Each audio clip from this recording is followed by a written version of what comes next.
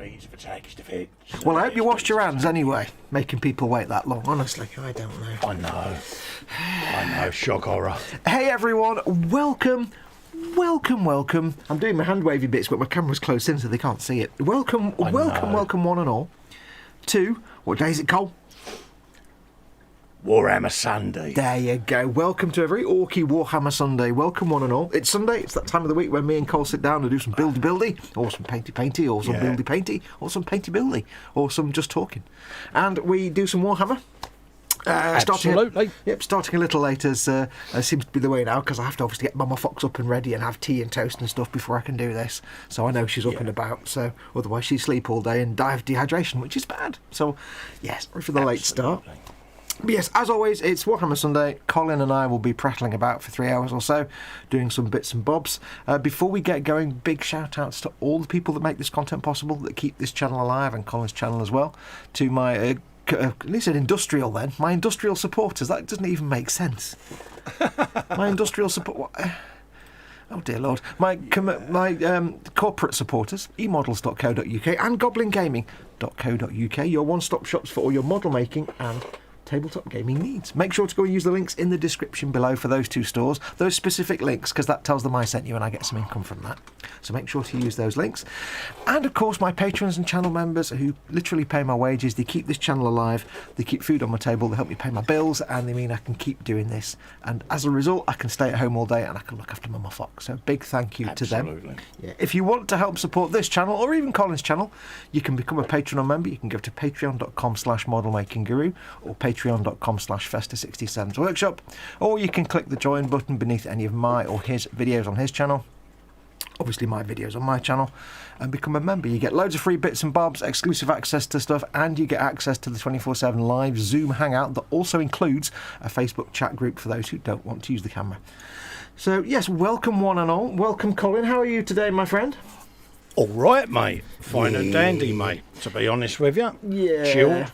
Suitably chillaxed, as you know. You've had some noms. You've got your brews. You're all ready. Yeah, I've had me noms. I've had me brews and all of that. Yeah. There you go. Today, you had a good stream this morning.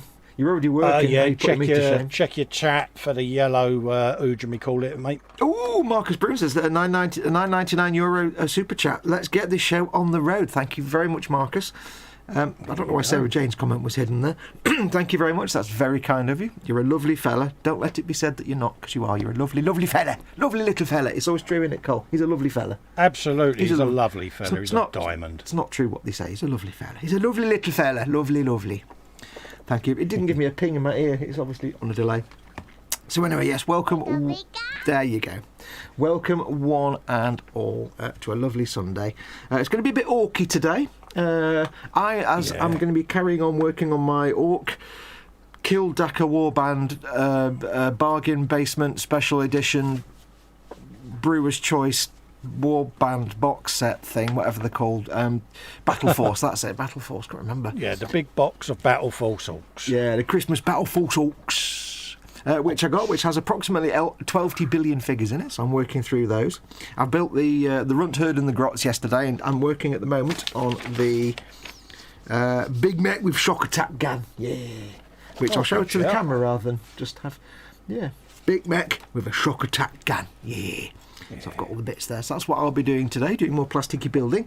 Colin, you're already doing, so I'll just say what you're doing. Me, I'm putting on some Russian earth on the wheels of my squig trailer thing, and I'm just fettling, to be honest with you, mate. I do like using earth powders. So so I'm just putting a little bit of earth in there for now. Is that your plan today, to fettle with your big warband, war wagon, battle wagon? Oh God, I can't even speak. Good God, woman. Battle wagon. Battle wagon. Yeah, that's the one. I'm doing a little bit of fettling with it today because I dug it out yesterday because I built the kill rig. Mm-hmm.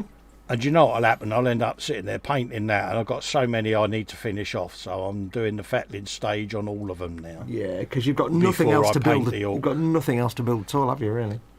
No, No? but I don't want to get it all done in January and then have nothing to do for the next 3 months. Because, You also don't want like 14 builds on your bench at the same time because they all fill up your bench Yeah. on their own anyway. Absolutely, and I can't buy sort of 3 or 4 Warhammer kits a month. Bloody hell. No. Yeah. Well, you can. Can I just say...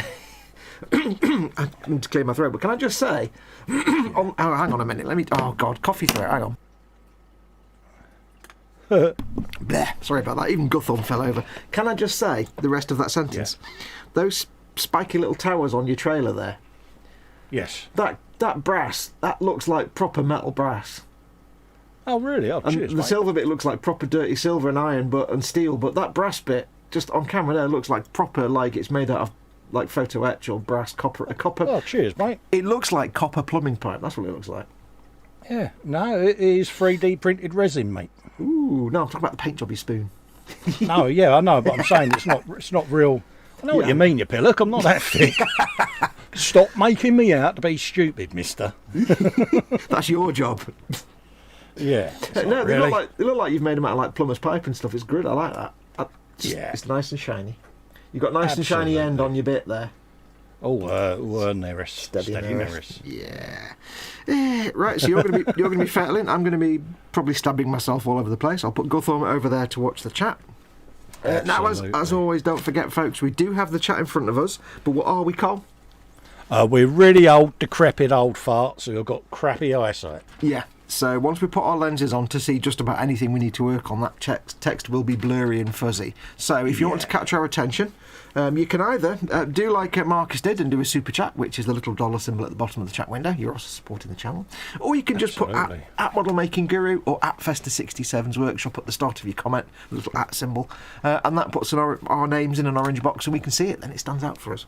So do feel free to do either of those. Just we don't want to miss your comments. We will, but we don't want to. If you want pimpage, mate. Yeah, I like doing that. Don't forget, if you are watching this and you're not in the chat, come and join the chat, because you're rubbish if you don't. There's no other way to put it, really, is there? People. All the groovy people are in the Yeah, chat. there's no other way to do it. If you're watching embedded somewhere like Facebook or Twitter, just click on the YouTube icon on the bottom right, and that'll take you to YouTube where you can carry on watching and join the live chat. On a mobile device, it may be underneath the video. Right, I'm shutting up now and doing some work. Bye. Oh, you're good, you are. Yeah, I've just dumped it on you now. Oh, no, cheers, mate. And I've just realised I've not taken my pills today. I've got to do that first. Oh, dear. I'm such a- yeah. I'm such a spawn. Remember, you're quick enough to tell me off for not taking mine. Always take your pills, otherwise you might die. Absolutely. Or make a tit of yourself on the telly box. Yeah. Just remembered that. Yes, I meant to take them before, but I was kind of a little bit of a rush because Mama Fox didn't get up till like 2:45. Yeah, you was kind of... Yeah, I think it was lastminute.com, wasn't it? Yeah. So I had to make sure she had a tea and toast. I've got used to making tea and toast very, very quickly for Mama Fox. Yeah. Right, get that sat down. There you go. Telly box. There you go. Bang down. Bye. Vroom, gone. She's like, wait, what? Am I awake now? What? Yeah, what's just happened? Wait, I was awake. I was asleep. I was in bed a minute ago. Yeah, shut up. Watch your Midsummer Murders and eat your toast. Bless her heart. Yeah. I shall have a quick look at chat. Excuse me. Mayhem. Streamy cough there, have you, mate? It's my swallowed the tea and it all went a bit wrong. Mayhem Model Works was the first in. He says blogs and drogs, squigs and digs, tea and crumpins and coffee and squig nuts. Do you like the title, by the way, tea and crumpin? I was quite proud of that. Yeah, that was impressive. Because it's like tea and crumpets, but orcs do crumpin. Because moving on. Panzer Koenig is in and Marcus Brun, as we know Marcus is in. Welcome to both of you. David Sanderson. Hi, thought I was late, thinking it was the 3 p.m. No, late one. That's why I took the time off the title card, you see, so nobody got confused. Mayhem calls Panzer Cat, and I do like that. Panzer, you need to change your name to Panzer Cat. You've got to do it. Yeah, you got to do it now. Because everybody calls you Panzer Cat, and it's great. And then you need a picture of like a Khajiit in a tank. Yeah, he's now got his new name, Panzer Cat. And he just needs a speech bubble saying, "Tank belongs to Khajiit." Let's have a look. We have Festa 67's workshop. Says hi, folks. Who's that then? Who's that then? Don't know. I think it's that pillock who wears that hat. Oi, Festa, get off my ship. Yeah, go my land. We have Al Arboleda says hello guys and good evening. Welcome Al. I got your request to go in Colin's Festa 67's workshop group, so I'll let you in. while Colin was doing his Cheers, stream. mate. That was the chap I told you of. I didn't realise I could do that, but I can allow people into the Festas group, so there you go. Welcome. Nice rally car on your profile picture, gotta say. He's another rally car type person. I know. Judging by the pictures on his profile, shiny cars make me scared. But I know you like them. Sarah Jane will like you. Yeah, they have their place, don't they? Yeah, Sarah Jane will like him. yeah. It's 11:30 p.m. he says in his place. Where are you, Al? Tell us where you are. I assume it's Al. I can never tell if it's AI or AL on text. I assume it's Al. Where are you? Where is everybody today? Where is everyone today? What country are you in? We don't need your address unless you want me to, I don't know, send me stuff and I'll need your address. I don't know what I'll need. That joke died. I'll shut up. Where is everyone today? Died a slow, painful death, that one. I'm overthinking my dialogue, aren't I? Oh, dear. Panzer says something about convincing me to do something, but I'm not sure what. Moving on. Graham Highland says, hi, guys. Hope everyone is well. Welcome, Graham. Hello, Graham. How you doing, buddy? Who else have we got in? Panzer and Mayhem are talking back and forth. Sarah Jane is in. Warning to Foxx for a late stream. I'm blaming on Panzer. I'm blaming on Festa pooping and on Mama Foxx being slow to get up. So I'm immune on that one. You can't give me a penalty for Mama Foxx. See, it doesn't work. I don't know. I think you can be given a penalty for throwing Mama Foxx under the bus myself. Yeah, I threw you under the bus as well, though. So absolutely. Yeah. But then everybody expects that, so... Everyone expects that. I don't count, do I? No, that's true. Raging Modeler says, hello, remember me? Yes, it's a Sunday and I'm watching. My girlfriend is doing her homework for the next degree. Cool. Or rather, he says his girlfriend is ding her homework. Ding! Oh, dear. I haven't got my metal cup today, sorry. She'll get a ding if she finishes her homework thing.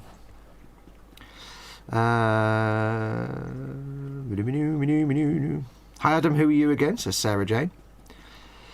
Let's have a look. Sarah Jane, Marcus Brune. Who else have we got in? The Raging Modeler. It says afternoon.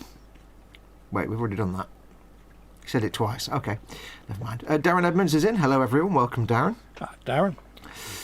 Scale Model Muse. Muse is in. Woke up just in time to see Colin and Dave go offline. Hey all. You're allowed to go you're allowed to go into chat if you want, Col. Oh, cheers, mate. Let's I know you have a contractual and do that. I know you have a moral obligation, as in you want to cover your arse. So.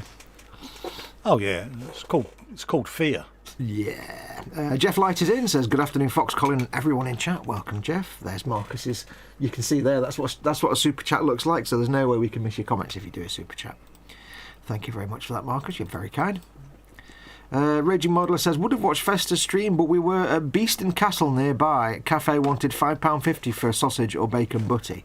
Shenanigans. Oh, wow. Yeah, £5.50. You could grow your own pig for that. Shock attack gun is next on my list. Treated myself when I was at Warhammer World, which is the correct thing to do, of course, says Adam. David Sanderson says, not really an orky dude, which is a shame because some of the orky stuff looks really cool. I'm not an orky dude, but some of the stuff is so cool. I need orcs. Plus, it's the only way I can justify doing a sort of, impression of Festa. What? Like that, you see? Do my orc voice. My orc voice is not very good. I am an orc. You just have the orc voice, so... Orcs, it's a thing, innit? Yeah. It's what it is, innit? It's what it is, one of them things. Al Arboleda says it's Al, and it's from the Philippines. Well, welcome from the Philippines, Al. Hello, mate. Welcome. Dorkasaurus is in. Hi, Fox. Fox hugs, Colin hugs. Welcome, mysterious Dorkasaurus, who I still don't know who it is. Hello, mate. I did think it was William Rayborn for a little bit, but then I thought, no, it's not William Rayborn. Because I thought rally car, and then I saw him doing his spraying his RC bodies, and for some reason it went car. Oh no, it's not William Rayborn. Lamekins. I'll be fine. David Sanderson cuts me to the bone by saying my voice, orc voice, is more like Ray Winstone. I hate Ray Winstone. If you compare me to Ray Winstone, I'll just go off in a little neurotic fit and just do bad things. Ray Winstone is all right. Can't stand him. Oh, what was that? That was me hitting me microphone. It was a lovely little tiny. It was a delicate little noise. It was quite pleasant. Right, I'm going to do some work now. I'm up to date with chat. I've got a runny nose. He's up to date with chat. He's got a runny nose, folks. I just said that. I'm sure I just said that. Got a cup of tea. No, it's an echo, mate. Honest. Big cup. Look at the size of that. Here is the size of a puffin for comparison to my coffee. Oh, you're on coffee today, Sorry, you're not on the tea. berries. No, I'm on tea today, not coffee. If I had coffee, I really would be stabbing myself all over the place. Chamchi Gimbap is in. Welcome, Chamchi. Welcome to you, my friend. I've not seen you in chat for a while. Right. So I'm building the big mech with the shock attack gun. Yeah. Building a big mech, ain't ya? The Not a thing small mech. The thing I love about the shock attack gun is the way it's actually sucking a grot into it, which is fantastic, because he wants to fire the grot at the enemy, so we'll get to that in a bit. But first, we're on cleanup. Sharp knife time. Boing! Oh, no. Yeah, pretty much. Oh, God. Cue Princess alert. Yep. Foxx Windstone has a ring to it. You can just shut up with that. Mayhem says, neurotic thick. And Panzer says, nah, Mayhem, he's just thick. Yeah. Absolutely, with a capital F. Oh, thick as. Oh, morning, Vicar. Didn't expect that to come out. That came from nowhere. I do apologise. I don't normally do big burps on the Sunday show. No, he normally saves them for my frolics. Oh, can I have to point out, by the way, a bit of a confession. You know, like on the Friday Frolic. Oh, you know about this. On the Friday Frolic, I feel a lot freer on the Friday Frolic because it's after dark. It's like Festa and Foxx after dark, which you don't really want to think about too much. But No.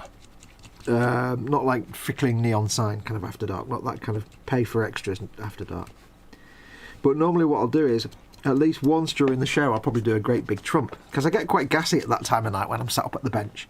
Because I'm sat up and I'm processing food from earlier in the day and I'm not asleep, so my brain goes, right, let's make all the gas. My biome goes crazy and all my beneficial bacteria have a bit of a party. So I get a bit gassy. So I usually do a dirty great big trump at some point. But it wasn't happening throughout the whole stream, it wasn't there. So the moment we stopped the stream, and I stood up, I thought, right, I can feel a trump coming. We'd stopped the stream. We just literally said goodbye and pressed the end title. The end titles were rolling. I had Oh Canada playing in my ear. And I stood up and I was like, Colin, listen to this. But as I stood up, there was a bit of tension on my earphone cable. So I had to pull it out from under the cushion on my chair. But because I got distracted and did that, it went away. And I said, Colin, listen to this. And it went... boop. It was like a little... it was lame. It was like a single popcorn kernel popping. It was like... Yeah. And I was like... Proper lady puff. I was like, that was just the worst trump in the world ever. Yeah. That was Went down in my estimations there, mate. I was actually horribly surprised that you even heard it. It was so pathetic. It was like... Yeah. It was... It was like dropping a leaf on the table. It was like... Yeah. Irony is, I went... It was just the way you built it up. That's what made me laugh. I know, if I had... Oh, you got to read this, you got to read this. It was going to be... It felt like it was going to be like a real window rattler, but... And it was just like... Oh, okay. I know, I was not. The irony is then, when I've said goodnight to Festa and we ended up and I shut the PC down, went for a wee and did a massive dirty great big trump, and I was like, oh, you... Yeah, why couldn't you have happened? Yeah. Yeah, there is something... To some people it might be gross, you know, but there is something childishly appealing about doing a dirty massive trump live on a telly programme. I know it's not really a telly programme. Yeah, but it's because we're 12 and a half. Yeah, it's because we're blokes and like children. Because you always have to be like prim and proper when you're doing live streams as best you can during the day, because you never know who's watching. Yeah. But when it's midnight, yeah. So, I was most disappointed. Mayhem says, 2 short planks thick or thick as a rock. Mind you, we both enjoy the frolics, don't we? Yeah. Let's be honest, because like I say, it is late night and we can just goon around a bit and get away with a bit more, can't we? Chamchi Gimbap says, I've just finished the Master Grade Astray Red frame. It's a super cool build. Oh yeah, with those 2 katana. Oh, I don't know if you've ever seen it, Cole. It's like it's a mobile suit. It's a Gundam. Yeah. And it's all like, it's got minimal armour, so it's all kind of exposed skeleton stuff. Oh, but it's all red yeah. and white. It's got red and white fingers, so each section of the fingers is a different colour. But the most best thing is, it's got 2 massive katana. Oh, nice. But they're proper like Bandai shiny mechy plated silver katana blades. Oh, nice. So they're like mirror finish, and I don't think they've got very tiny connector nubs. Yeah. So you can put him in a proper like squat down like that on the floor with his arms out with two. Oh. I think that's the master grade. I might be thinking of the perfect grade. There is a perfect grade version with that. Oh, I might have got that wrong. Anyway, it's a cool looking mobile suit. I never got one because I used to have nervous fits and I think how the hell I'd paint it. I still haven't forgiven you for Forge World yet. Yeah, that backfired on me, that did. Yeah, that did, didn't it? Mind you, though, like a pair of women, we both was straight back on there after we finished the stream. Oh, yeah. Model Maker Dave's in. Hey, Dave. Because he's the one that says Ray Dave. Winston. Foxx, a.k.a. Ray Winston, has a ring about it. Shut up, you. It does. It does. Countdown set, Dave. Ooh, sounds ominous. Yeah, he said about me doing a countdown timer, so I stand up. Oh, right, yeah. Good lad. Good girl. And if it's any comfort, Dave, before we went live, I did nag him, and I said, I hope have you had some food and snacks and drinks? Nag. Because it wouldn't be the first time he's done your stream and then come onto this stream and not had anything to eat in between. And I'm currently unsupervised at the moment. Yeah, which is terrible. Yeah. So he's had snacks. I did have a lecture off of H before she went out. Good. But that never works. You're immune to that nowadays. You're not immune to the consequences. Straight out in the kitchen and turned the cooker on and off. Yeah. Because the devilment overtook me. I was See, like, the thing with you is being a man child. The lecture in advance has no effect because you go la la la la la la in your brain. Yeah, the hearing aid goes into stealth mode, i.e. I switch it off. But this is the thing, so you ignore the lecture, and you kind of forget the consequences until you get the consequences, and then you can't ignore the consequences. But being a man, you forget the consequences and therefore ignore the lecture. So it's almost pointless. Being a man, we think it's not going to happen to us, don't we? Yeah, even though it's happened every day for the last 25, 30 years. Yeah. So how's your week been, my friend? How's your week gone this week? All right, mate. Yeah, been going through all my archived videos, playing catch up with some voiceover work, and getting stuff down ready that I've built up over the last few months because I want to film a channel update because I haven't done one of them in a long time.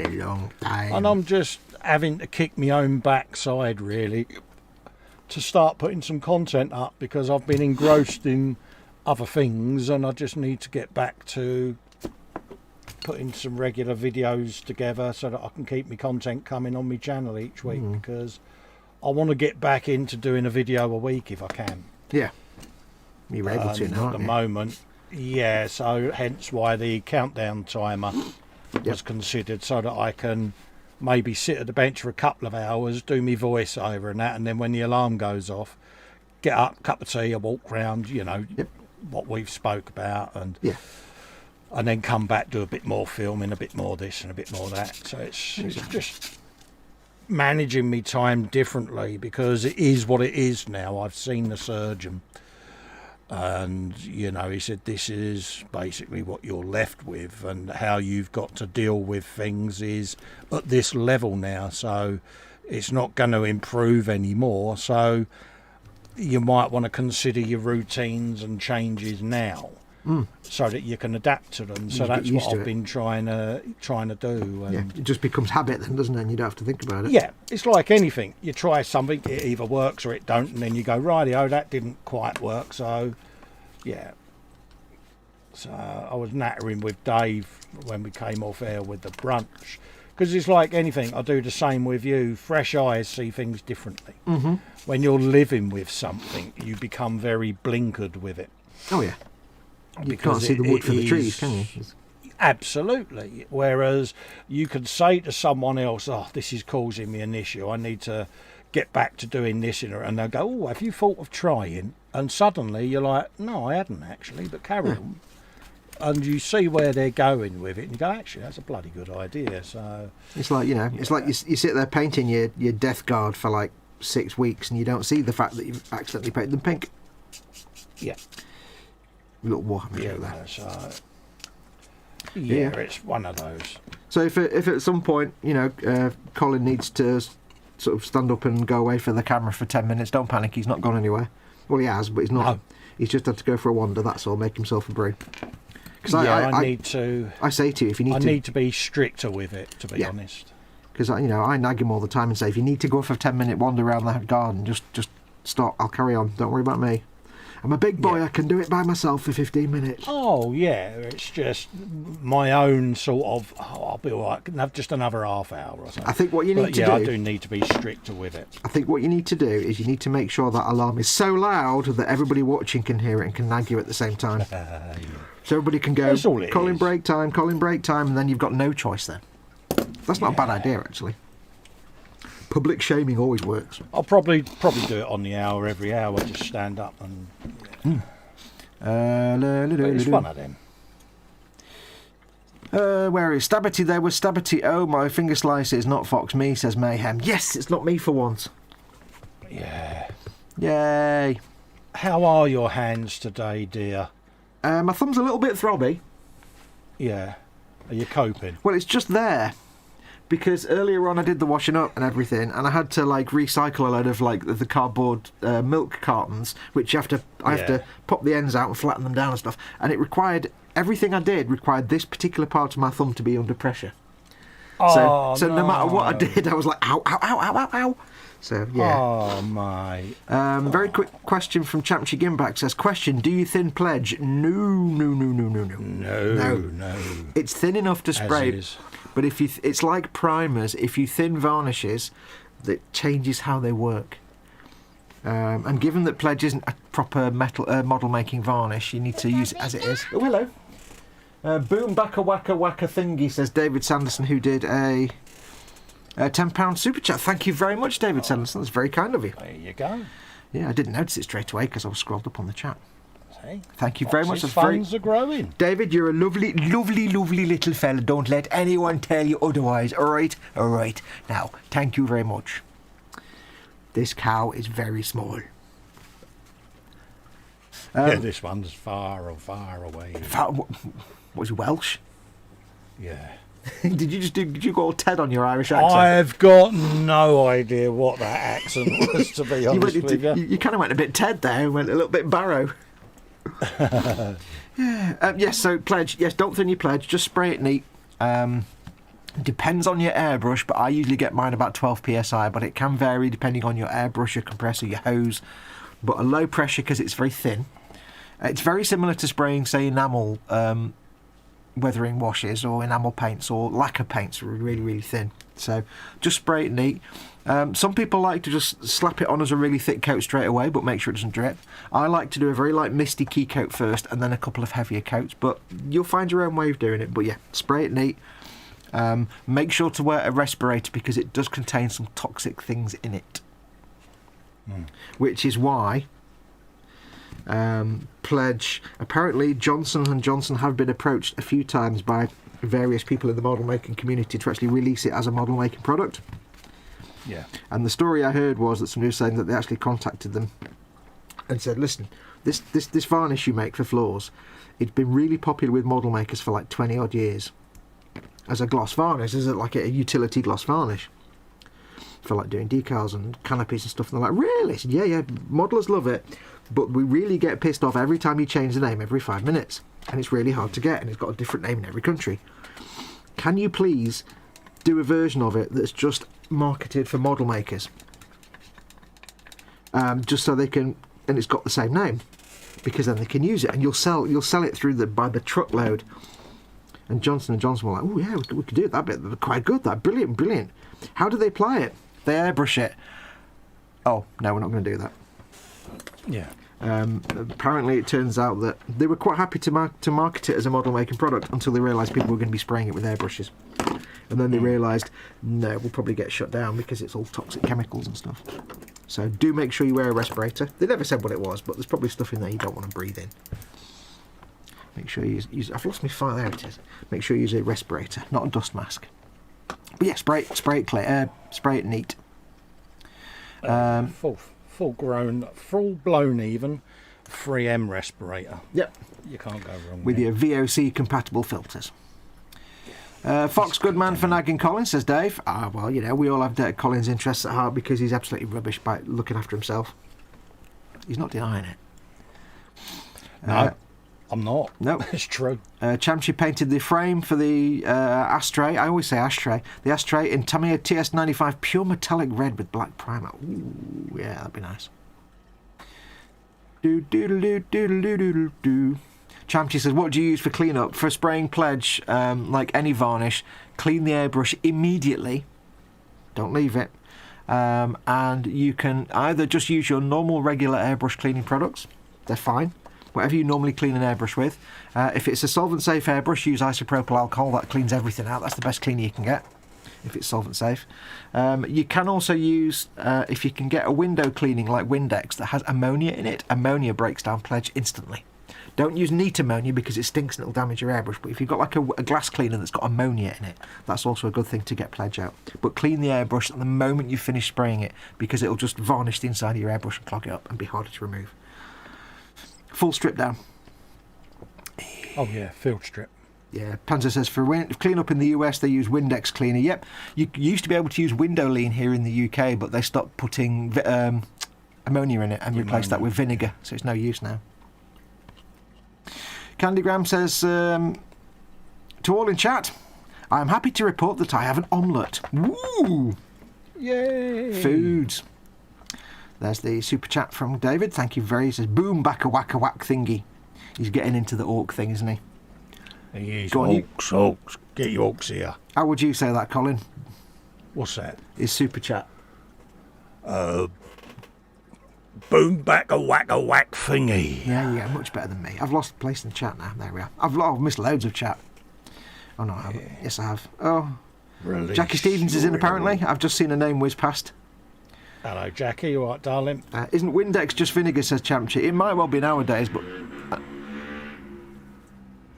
Steady, Norris. Was that you? You've been on them? That's... You've been on that garlic cheese again? Spoon. Yeah, that's that spoon who rides the motorbike down the path across the green there.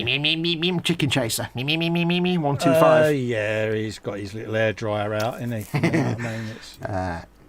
Windoline is vinegar nowadays. It's no use, but Windex I think might still be ammonia, but it's ammonia that you need. Raging Modeler says, I love the turrets on the rear of the battle wagon. I guess they're 3D printed. No, they all came with the kit, if I remember rightly. They was options. I think he means the round ones with the spiky roofs that you 3D printed. I think the little like the castle turrets, or do you mean the gun turrets or the castle turrets? Adam, which one do you mean? Yeah, which ones do you mean, mate? Yeah. Candygram is sad to report that his omelette is without bacon, and now nobody cares about the omelette. Didn't hear a word of that. Candygram says he's sad to report that his omelette does not contain bacon. And he reread it out. I fell for that, didn't I? God damn it. God damn it. I'm going home. I'm having a swig of tea. Shut up. Go and buy a squig off, you big tart. Well, as soon as he said it would get ignored because of the bacon, I was like, yep, didn't hear that. Yeah. Oh, bless you. Shut up. Oh, don't be looking. Don't be giving me your fingers, isn't it? Don't be showing me numbers and things. EC Idaho is a factoid, a non-Festa factoid. I knew this, but some people don't. 3M stands for Minnesota Mining and Manufacturing. That's the name of 3M. It's Minnesota Mining and Manufacturing. In case you didn't know. I did know. Absolutely. Chamchi says, are you familiar with the modeler Frosted Snow? Never heard of him or her. And Mayhem says she does some great stuff, so her. No, but I shall have a look. I might have come across her, but I don't remember the name. So I was watching a woman last night doing Warhammer stuff, but I don't know whether it was Frosted Snow. I probably have seen her stuff, I just don't remember it, if you know what I mean. Yes, the one I watched was painting Forge World Squigs. I can't imagine why you were watching videos about Forge World Squigs. Just came up on my feed. Yeah, what on the feed when you typed in Forge World Squigs into search? How to paint Forge World Squigs. Yeah, it might have been typed in as a... I'm just going to carry on getting this pigment off the cutting mat because I can see revenge has been... I would be an ecumenical mat. I have to be honest. Because I like to drag Colin through the lists of things he doesn't need to buy. Yeah. And I have to be honest, after doing all that, the moment me and Colin parted ways and I went for my wee and did a big trump, the moment I got back in the room, I sat down and I was like typing Forge World Squig Off Painting Building Guide review. Yeah, and surprisingly, there's not a lot of videos on what is on there is a bit rubbish. Yeah, it was quite basic, wasn't it? Yeah, there's some stuff from like 2011, and there's like, you know, there's one guy who says, "Let's do a review of this kit." Bing, there it's built. Okay, Yeah, that was like, not okay, much. I learned nothing from that. Yeah, there's one guy. What was it? It might have not been he might have been painting something else. But one guy, there was one video I thought that's exactly what I need. It was like painting tutorial something. Yeah. And I went to it, and it was basically 5 times speed, him painting it with crappy dance music over the top, and I'm like, wait, this is not a tutorial. This is just time lapse you painting it. That's not teaching me anything. Also, crappy dance music. No, thank you. So I may have actually accidentally gone back to Forge World yesterday and looked at many things. Many things. Yes, and like me, I think your finger hovered over the button momentarily, didn't it? Yeah, but I also had some moments with some of the Imperial Guard flyers as well. I'm like, ooh. Oh, did you? I could just get the Harvest Lighter. I could get that one that looks really mint from the... Ooh. Take it, Adam meant those ones. If so, Yes, it does- Adam, what I'll do is I'll add them to the G drive, mate, if you want, into the STL files. Actually got a 3D printer. Yeah. Yeah. Yes, he meant those. He said he did mean those one. Yeah, we do a lot of file sharing, so yeah, I'll just add them. I'll just upload them, ads. Not a problem, mate. Mayhem says, Frosty's Nose based in South Korea and she makes some epic Gunpla. Her hobby Cookie does good resin work too. I've not really watched Gunpla stuff for a long time now, so I probably have seen it, but it'll be a couple of years ago now. So apologies, I don't quite remember if I have seen her stuff. We are pretty bad at watching YouTube, aren't we, us two? Yeah, but it's like I've not followed Gunpla stuff. I've not made Gunpla for a couple of years, so I've not really followed the video. I used to like have loads of people in my subscriptions list, but I've kind of faded away from that now. So, I mean, for me, I've noticed it, especially during the current global situation where we've been doing a lot more live streams during lockdowns. Our actual time to watch other channels is diminished, isn't it? yeah, I mean, I've got 3 or 4 channels that I have on subscription that, you know, I'll watch. Who have I got on? Yeah, this will fill 5 minutes. Josh from Resin Designs in. Hey, Josh. It is Josh, isn't it? Hello, Josh. Yeah, it's Josh. I remembered the name.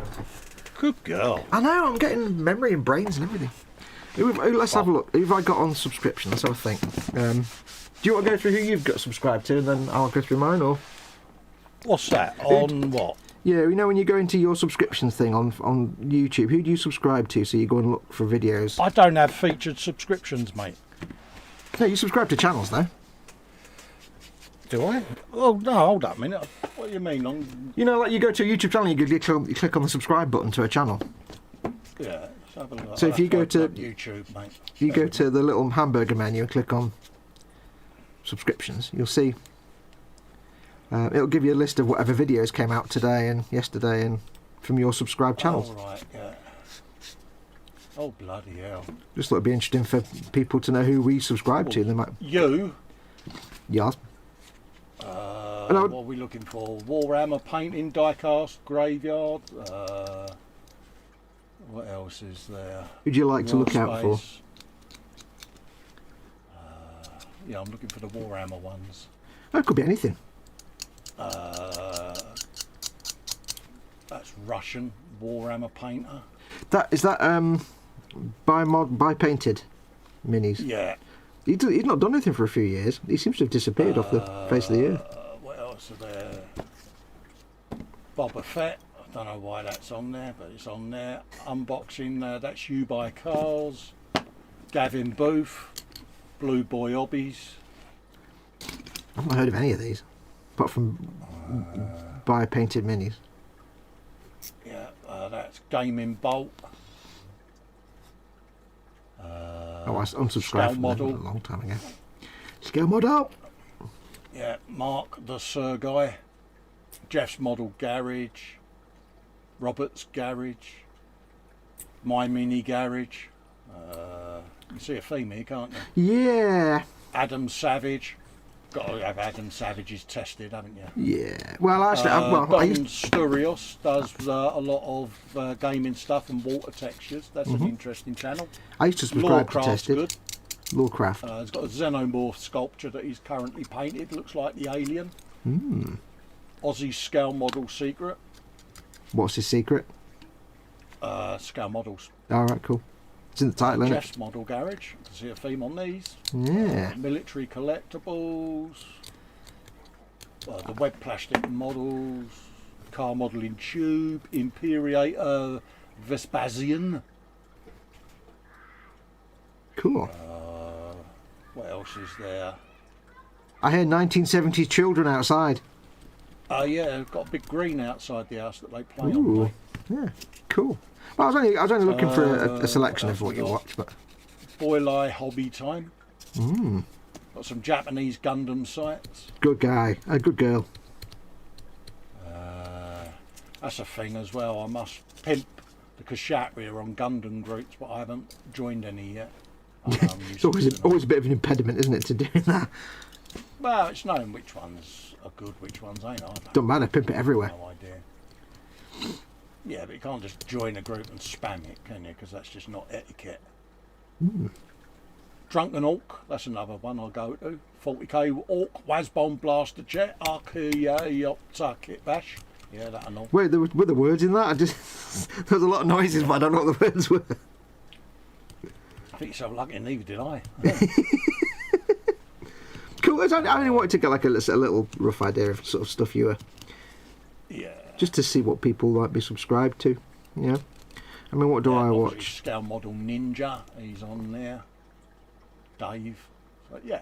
Yeah. I mean, I don't really. I mean, I subscribe to a lot of channels, but when I go through my feed to look at what I look for every day for stuff to watch, I've got things like Anton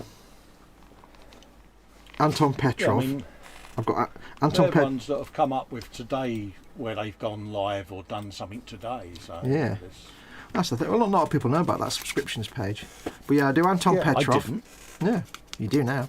Well, what I do is every day when I've got nothing else to do, if I've got a free minute, I'll go to my subscriptions feed and see who's posted what, because then it gives me something to watch. I thought you meant the channels tab, because I don't have that visible. No. So I have ones I keep an eye out for. I think videos from Anton Petrov. He does lots of little 10-minute science updates, basically. Oh, right. A lot of it is about astronomy and cosmology, but some of it's other science as well. He's a lovely fella. I've got one of his T-shirts. He's a lovely fella, isn't he? He's a lovely little fella. Anton Petrov. I've got obviously Craftsman, Steady Crafting, of course. I'll check every day. He only does like once a week, but Craftsman. I have, who else pops up? I've got the Time Team official channel, because they're re-releasing old episodes like one a week on their YouTube channel for free. Your trench there, Tony? You've got stratification layers there, Tony. That's what it is. I actually watched an episode of Digging for Britain last night with the delightful and somewhat trouser tent inducing whatever her name is. I've forgotten her name. What's her name? Alice Roberts, Professor Alice Roberts. Oh, right, yeah. I had an image of her in my mind and I got distracted. Oh, dear. Kira-like, was it? Yeah, she's my Kira, basically, because she's got smarts and she hasn't got the nose wrinkle. So, yeah, but she's doing a Digging for Britain series, and she was one point, they were showing, like, this group that are trying to recreate an Iron Age roundhouse. Yeah. To figure out how they were built, because you never have any evidence of what they were actually made of. You only have, like, post holes and stuff. That's right, yeah. So they were trying different things, like making the wall out of like earth or turf or dirt or woad or anything like that. But at one point she said, you know, the narrator was there and he said, this group is trying to build roundhouses with different methods to see which one works. And you see all these guys like hammering these posts into the ground. And one of them is Phil Harding. This is like from this year. Right, yeah. Because he's a proper archaeologist, and he's there, and you're looking at him thinking that's Phil Harding. You can tell by the hat and the hair, and because it's like not Time Team, and it's like a BBC. They just didn't even mention him. He was only in that one shot, and then after that, he was just another archaeologist in the group. He wasn't anybody special at that point, you know. In that, wasn't doing his own show type. Yeah. So it was just like it was weird to see like Phil Harding there, but not actually on camera talking, or they didn't go over to him and say, "Hey, Phil Harding, you're that bloke with the hair, all right, my barber." He was just a normal bod. Yeah, it wasn't mentioned. It was like, cool. That's quite shameful, really, isn't it? Well, it's weird, but I suppose he's no more important than any other archaeologist on site. It's just that he's been on Telebox. Well, It's Phil Harding, isn't it? There have been others where I think he has been on it before, though. He's been on the Digging for Britain before, so yeah. But it kind of makes sense. They give him no extra. But it's like, oh, there's Phil Harding, and he's gone. Oh. Yeah, I like Phil Harding. Yeah, what else was? He's good entertainment. He is. What else do I subscribe to? Lutin09. I always keep an eye out for his videos. Yeah. He does lots of like long form videos that discuss 40k lore. Oh right, yeah. I think I've suggested you watch his stuff before, and even if you're not that into Warhammer, it's just fascinating to watch his videos about the lore. He just explains the lore in a way that's amusing and fascinating, and he's kind of fun to listen to. I will go and give him a visit. He kind of explains the lore in terms of like what it's like compared to modern day life, kind of things, like layman's terms. Yeah, and there's so much of it that it makes your brain hurt. So I like his stuff. Yeah. There's a couple of channels by one guy who I can't remember his name. One of them's called Voices of the Past, but he's also got one that's called something like The History of the Universe. He's got a few channels, and that's kind of science and history stuff. Yeah. He just reads things out. That's quite good. What else have I got? I've got quite a few that I pick up on, and I'll just check every day and see what new videos are in. Journey to the Microcosmos is brilliant. Yeah. That's Hank Green, who you've seen on a billion other channels, and normally loud and shouty, but he's very quiet. And it's all about microorganisms. I must admit, I do need to spend a bit more time going around the channels, because I do lose touch with them, you know. Yeah. I mean, this is why it sounds really weird, but I don't subscribe to a lot of channels. Not because I don't care, but because I use my subscription feed as the things I want to watch. Yeah. Because I don't watch telly, so if I subscribe to every single channel, I'd have like 100 videos a day, and it'd be like I'd never watch anything. Yeah, you'd never get anything done. Yeah. So I really use it as my proper programs I want to watch, rather than just every channel up there. But no, it's quite good, that. What's chat doing? La la la la la.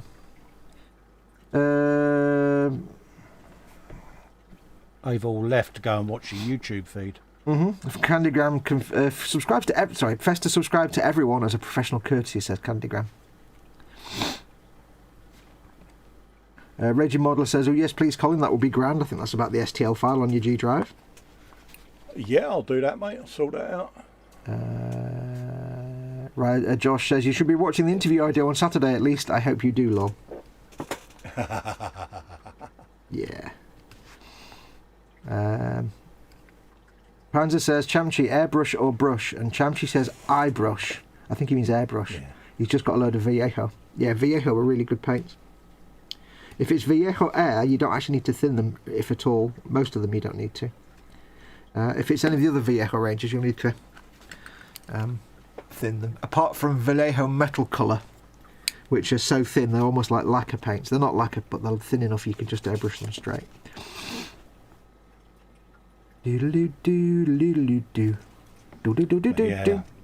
Yeah, I do tend to do that, Jeff. Whenever I go into a live stream, I just go through the chat and sub to people's channels. It's just, I like to share the love. I'm a bit of an old hippie, really.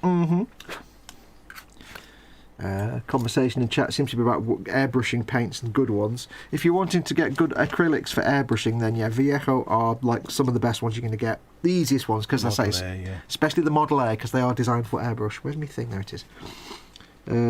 Tamiya paints are also very good, but they're not acrylics. They're lacquers, technically, really. They're really good. You do need to thin them, but they are good for airbrushing and terrible for brush painting. I tend to use Tamiya paints for airbrushing when I know I've got to do some masking. Oh, right. Because the Tamiya paints are quite durable. You can put masking tape on them and pull it off, and they won't peel up. Viejo and other acrylics sometimes do. So yeah, if you're airbrushing, go for Viejo.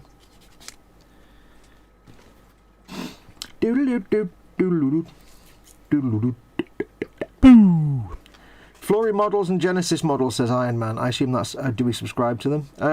Yes. I used to subscribe to Flory, but I didn't watch his videos very often, so I unsubscribed to it. Just because, again, I use my feed as things I want to watch.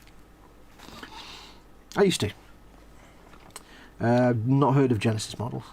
I might have done. I just don't remember. Look at me. Yeah, I've got a subscription to them on YouTube. I don't subscribe to the membership side of I didn't subscribe to that thing, but no. Yeah, I did used to watch his stuff. Yeah, I pick and choose, you know. But a lot of the stuff I watch when I'm watching stuff on YouTube isn't actually model related. A lot of it, it's maybe Warhammer related, but not model related. I don't really. It's kind of because I do this every day. The last thing I want to do is watch videos about it as well. do need to switch off from it every now and then. Yeah. Much as I like to support people, at the end of the day, it's what I watch when I'm trying to relax. So history and science is what I like. History and science and Warhammer lore. Champchi asks if Tamiya is solvent paste. It is a lacquer-based paint. It's alcohol-based, so it's more like a lacquer. It won't damage Bandai plastics if you're airbrushing it though, because it goes on dry. It's absolutely fine on Bandai plastic if you're airbrushing it, not a problem at all. Just don't use it as a wash or a thin down wash or anything like that. That's when it'll damage the plastic. But airbrushing it on, you're basically applying it as a powder, almost. So. I heard that. Good girl. Was that a little bit of a drinking burp? Yeah, I've got sneezes. I've got a burps there, haven't you? Bit of Russian earth pigment went right up my nostril. I don't know how. I keep sniffing and I keep getting the little specks of bloody Russian earth. Yeah, that's the downside of using pigments. If you're not wearing a mask, you have to breathe through like your fingertips or something. You can't afford to sneeze or breathe in suddenly. I don't know if this is just me, by the way. Yeah, what's that, mate? Have you ever done this thing where, you know, like if you're working, I fell out, hang on. Oh, no. Hang on. There's my computer kicking me out, as always. Deepest of sighs. I'm back. Is that him back? That's me back. What was I going to say? Why are you rustling? Is it food? Can I put something in the bag? Oh, it sounds like food. I thought I'd do that whilst you was out, but no, he's still... No, it's alright. I was wondering if it was food, because I'd want you to tell me all about the food. Oh, don't care if it's not food. No, I was just putting something in a bag. Yeah, I don't know if... this is something I found myself... I realised that I do when I was building my resin tank this week. Yeah. Have you ever been doing that thing where you're working with something and you've got a mask on? Like a respirator, and yet when normally you would blow on something to like cool it down or sit off. Oh, and you still, I can't stop myself doing it when I'm wearing a respirator. I have sat there with my respirator on,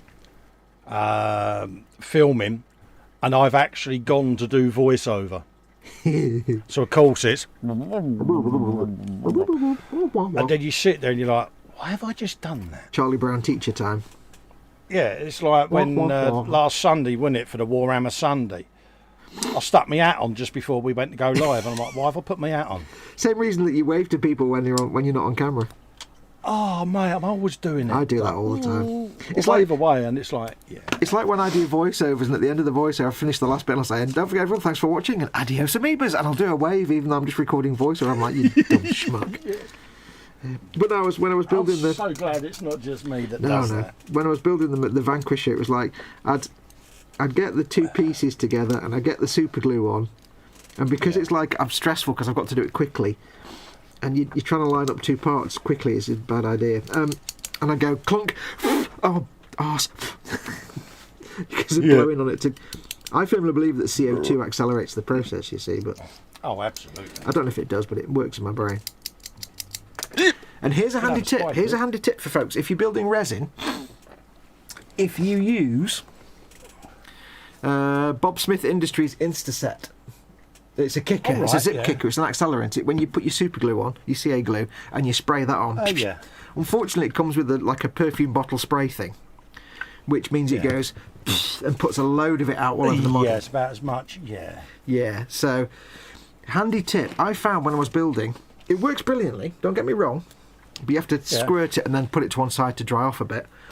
Sometimes, if it collects in a corner, you can get like a powdery white crust. Right. Like, say you've glued two things together. You've gone super glue stick, and you've done that bit. Like, I'll show you on the tank actually. It's easy just to show you, isn't it? When I've made this thing, yeah, I glued the barrels on here, and used the fat glue and glued the barrels, stuck the barrels on, got some the really thin glue and worked that into the gaps with the little feeder. And then I sprayed the kicker on, and when I came back about an hour later, there was crusty white stuff all around here and around the barrel edge there and all on there. And I didn't know what it was, and it looks like if you've ever done CA glue where you put on too much and it fogs up the clear part. Yeah. Or you get that kind of crusty, powdery white residue because you've just put too much CA on, and it's splooged out and it's gone all white and crusty. So at first I was panicking. I thought I'd ruined it because I had these big crusts of white crap on the model. However, it turns out I think it's just this stuff. And a little tiny residue and vapour from the CA glue.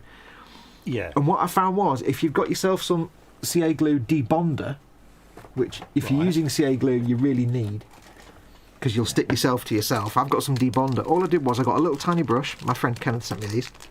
A little tiny brush with some debonder on, and you get the plastic bit that's got the crust on it. You just gently brush over it with the debonder, and then get a cotton bud and just gently wipe it off, and it goes away. Oh, lovely. So if you are using CA glue on resin and you get that crustiness, don't panic. If you've used a kicker like that, it might just be the kicker residue that's kind of clouded over and gone crusty. Just be the or the residue gassing off. Or it might just have a little bit of the CA glue in it, like little particles, and it's gone a bit cloudy. So just get some debonder and just get a little brush and wipe it off. He's good, isn't he? See, you're learning things here. Well, it seems to work. Just be careful that you don't get the debonder into the joint that you glued, because then it'll just undo the joint, obviously. But it's like I also learned when I was doing a flyer base. You're supposed to CA when you do a Citadel flyer base. You're supposed to CA glue the clear rod, the fluted stalk, to the plastic base, because you can't plastic glue it. If you plastic glue it, the whole clear thing just gets messy. But I put too much on and I got fog coming up the glass, up the clear part, and I thought I've knackered it now because it's fogged up with the CA glue. Just get some isopropyl alcohol on cotton bud and wipe it off. Oh, you're good. If a clear part fogs up and it's not actually physically got glue on it, it's just the vapour that's fogged it up. Get a cotton bud. Cotton bud, IPA, isopropyl alcohol, wipe it off, leave it a bit. You'll probably have to do it like 5 or 10 times. Wipe it off, it'll come back foggy. Wipe it off again, it'll come back foggy. Do it for, spend a day just every now and then wiping it off. Eventually, you'll have got rid of all the residue and it'll be clear again. There you go. Oh, sweet. Yeah. If you've got Darren Evans says, do you not subscribe to Ray Winstone's YouTube channel? I think that answers that question. Yeah. Risedam's asking you about the tank. Was it resin moulds or resin 3D print? No, this purchased, wasn't it? Yeah, this is a Forge World Macarius Vanquisher, which is full-on resin, like resin mould in a spinny thing. Forge World just do resin, basically. It's the resin branch of Games Workshop, so it's proper, solid, very heavy resin with air bubbles and all kinds of bits that you have to clean up and warpage that you have to fix and stuff. And I loved it. I hate resin, but I really enjoyed that, and I probably will get more Forge World stuff now. Although I know I was very lucky with that. Probably will, he says. Probably. Yeah. Oh, we know he will. Well, the thing is, I was watching some Leaky Cheese videos last night. Leaky Cheese is the channel, not the subject. And he deals mainly with... I've watched it all before, but he deals mainly with... I've got him on my subscription list as well. He deals mainly with Forge World resin for the Horus Heresy. Yeah. And he's got some very good tutorials, very simple but effective tutorials on resin, working with resin on his channel. Yeah. And he was building, I can't remember which tank it is now, one of the tanks. And it's one of those tanks where it's a variant of the Bane Blade, it's the Fell Blade, I think, which you can't make with the Bane Blade kit. Because it's just nothing like, it's more like it's a Horus Heresy era thing, but it uses the Bane Blade hull, lower hull, and sidewalls. And it was a 7-part series where he's building that, and I was like, I was quite happy that my tank had gone quite well. I thought I'll have to get some more Forge World tanks, and then I watched that and thought, maybe not. because he had, and that was, he only had a few issues with it, but they were like, oh, I don't want to, oh no, yeah, I don't know if I'd be happy. No, a lot of faffing about and making things fit. I think I was very lucky with this particular print of the Vanquisher. I think basically. Yeah, it is a good print. Yeah, I mean it certainly looks it anyway. Well, I'm glad I did it because it's an introduction for me for their resin, and I will eventually do more resin. I think I'll just have to learn the skills. Yeah, it gets you used to it before you start your squig off, won't it? It's sharp. I mean, the squig offs would be easy. It's like 5 parts. It's just legs and face and arms and things. It's not like you're trying to make 2 tanks. Yeah, got tanks. Got grot tanks to get as well. I grot tanks. But the grots, orc stuff's fine because it doesn't matter if the panels don't quite fit because orcs. Yeah. Yeah. So there you go. But it kind of backfired that on you, didn't it? Yesterday, it was so funny. Colin, you want to get some of these? In my mind, I'm going. I want to get some of these. I want to get some of these. Oh. Iron Man's in. Hey Foxx, Colin, Marcus, and all in chat. Hello, Iron Man. Although I've already read a comment from him anyway. Is Tamiya acrylic a hot paint? Asked Chemch. Yeah, it's technically an alcohol-based lacquer, so you don't want to make a thin wash out of it with Tamiya thinners and put it on a gumpler because it'll melt the plastic. Acrylic. Yeah, it's actually alcohol-based lacquer. It's not an acrylic. It's not water-based. You can't use it on a wet palette. It's not as hot as a hot lacquer, but it's still. No, I was going to say I always class hot paints as lacquers. Yeah, it's kind of closer to a lacquer than it is to because it's alcohol-based. It's like it's a halfway house between lacquer and acrylic. But if you get Tamiya thinners like X20A and make a wash and put that on your Gumpler Bandai Gumpler, it'll melt the plastic. Yeah. But you can airbrush it on Bandai plastic, no problem. You can airbrush lacquers on plastic, no problem, and because it's you're airbrushing, it's like a powder. So. Oh, there you go. Yeah. But that's why they're rubbish to brush with, because they're not water-based, they're alcohol. So the moment you put your brush over it, it starts to dry. You bring the it's a ball ache to brush. Yeah, you bring the brush back again, it pulls the paint up. So, yeah. If you're airbrushing, to me is getting replaced bit by bit. Yeah. I mean, I had a big stash of them, but I was using them so infrequently. I'd sort of gifted them to Dad over at Mike Mountain. I'm like, do you want them? Because I'm not going to use them. Mine are getting replaced with Vallejo and Ravel Aquas. And Citadel. Let's not forget Citadel. Yeah. You've got 1 or 2. Yeah, I've got a couple. You got a number between 1 and the other number. Yeah, this is the bloke who thinks I'm going to replace my stash with Warhammer. It's like, oh, no. I fear the lady doth protesteth too much. It's not taking over. Read my lips. I did not have relations with that woman. Look how that turned out. There was no whitewash at the White House. That went really well. The thing was that I always remember that when he was reading that, how red his complexion was, and it's like, yeah, your body language and blood pressure is telling everyone the complete opposite. Yeah. Yeah. It's like Nixon, isn't it? There is no whitewash at the White House. Yeah, there is. Yeah. Anyway, let's move away from politics before we get into politics, because I wasn't discussing politics, but yes. So, so what are we talking about? Yeah, they're like alcohol based, halfway between acrylics and lacquers. So, yeah, don't. Basically, the rule of thumb with Gumpler or any Bandai kit is, for the love of dog, don't use anything as a wash that involves thinners. Any kind of thinners is a bad idea. The best you can do, or the most you can do, is maybe you can do like streaking with oil paints with a brush dampened in thinners but not wet in thinners. You could do filters because they don't run into gaps. But if you do a wash with anything that involves thinners, you're just going to risk damaging the plastic. Yeah, it's knackered. Yeah, because the plastic is not it's not like regular polystyrene. It's not baked, so it's not. Any kind of thinners, alcohol, solvent will knacker That's the only downside with Bandai, isn't it? So one of the reasons I got burnt out on them. I got fed up of not being able to use lots of techniques. Like you can't use enamel weathering washers because if you apply them very very thinly and carefully you can, but if it pools into a corner, you damage the plastic. But surely that's where AK weathering pencils will come into their own. Yeah, things like that. You can use water-based Gunpla. water-based washes, weathering pencils.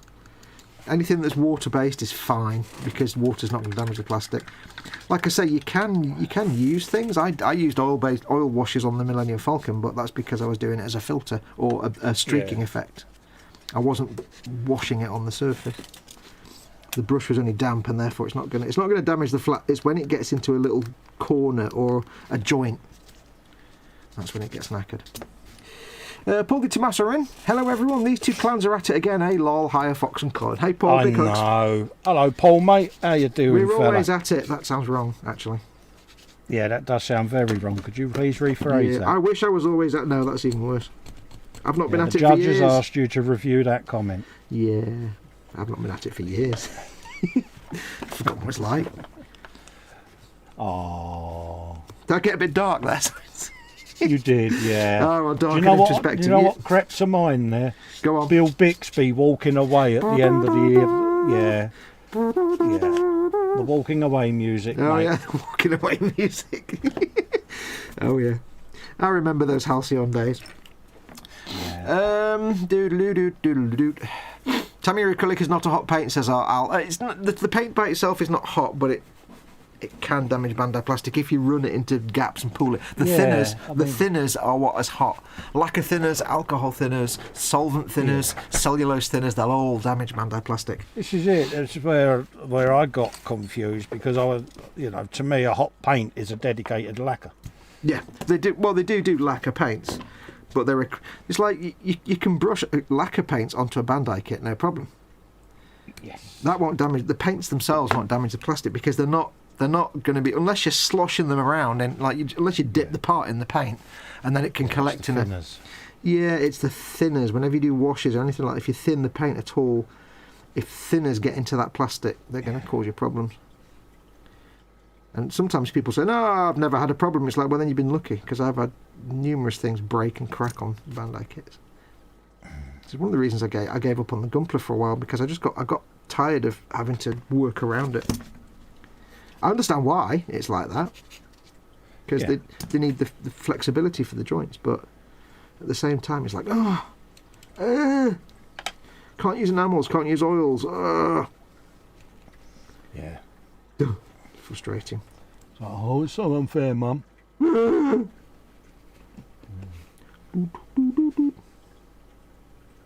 If this grot is really small, does that mean it's a snotling? I'm asking Adam. I see what you did there. Well, no, I don't know, because there's a grot being sucked into the cannon, but I assume it's a snotling because his head's really small compared to a grot head. But he looks like a grot. So is it? I'm asking Adam because Adam will know everything about orcs. Is it a snotling? Oh yeah, he's a legend, isn't he? Because snotlings are small grots, aren't they? They're like snotlings to grots are what grots are to orcs. So snotlings are the simplest. He's also got lots of pointy things on his head, which is hurting.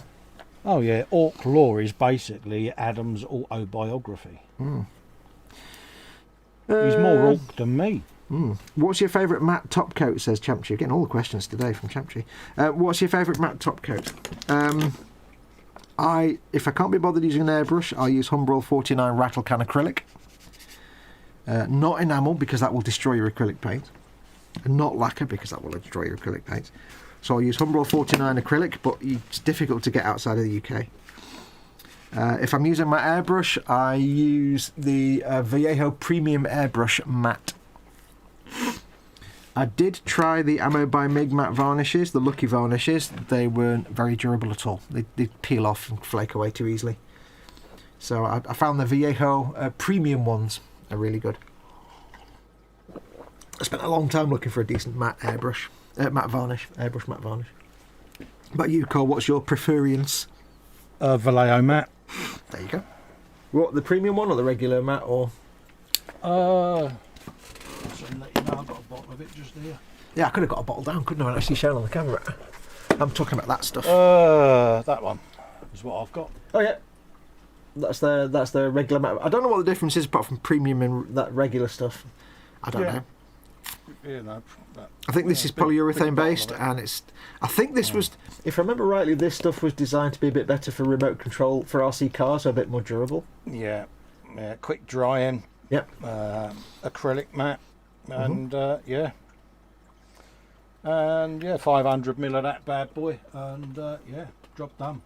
It says colores a base de agua y resina acrílica al poliuretano, muy resistente a impactos, alta temperaturas and escapes de combustible. Sorry to everybody who speaks Spanish or Portuguese. The thing I was always told about matte varnish was, if you think you've shaken it enough, shake it some more. I've got stirring balls in mine. Oh, that reminds me of Baldrick when I gave him a rattle can and said, take that outside and shake it until the ball stops rattling, and off he went. It's like, yeah, I think this one is designed because it says extreme strength and resistance to impacts and fuel escapes. So I think this one is intended for RC cars. Yeah. My one is for pretty much scale models. Yeah. So I think all it means is this one is a little bit more durable.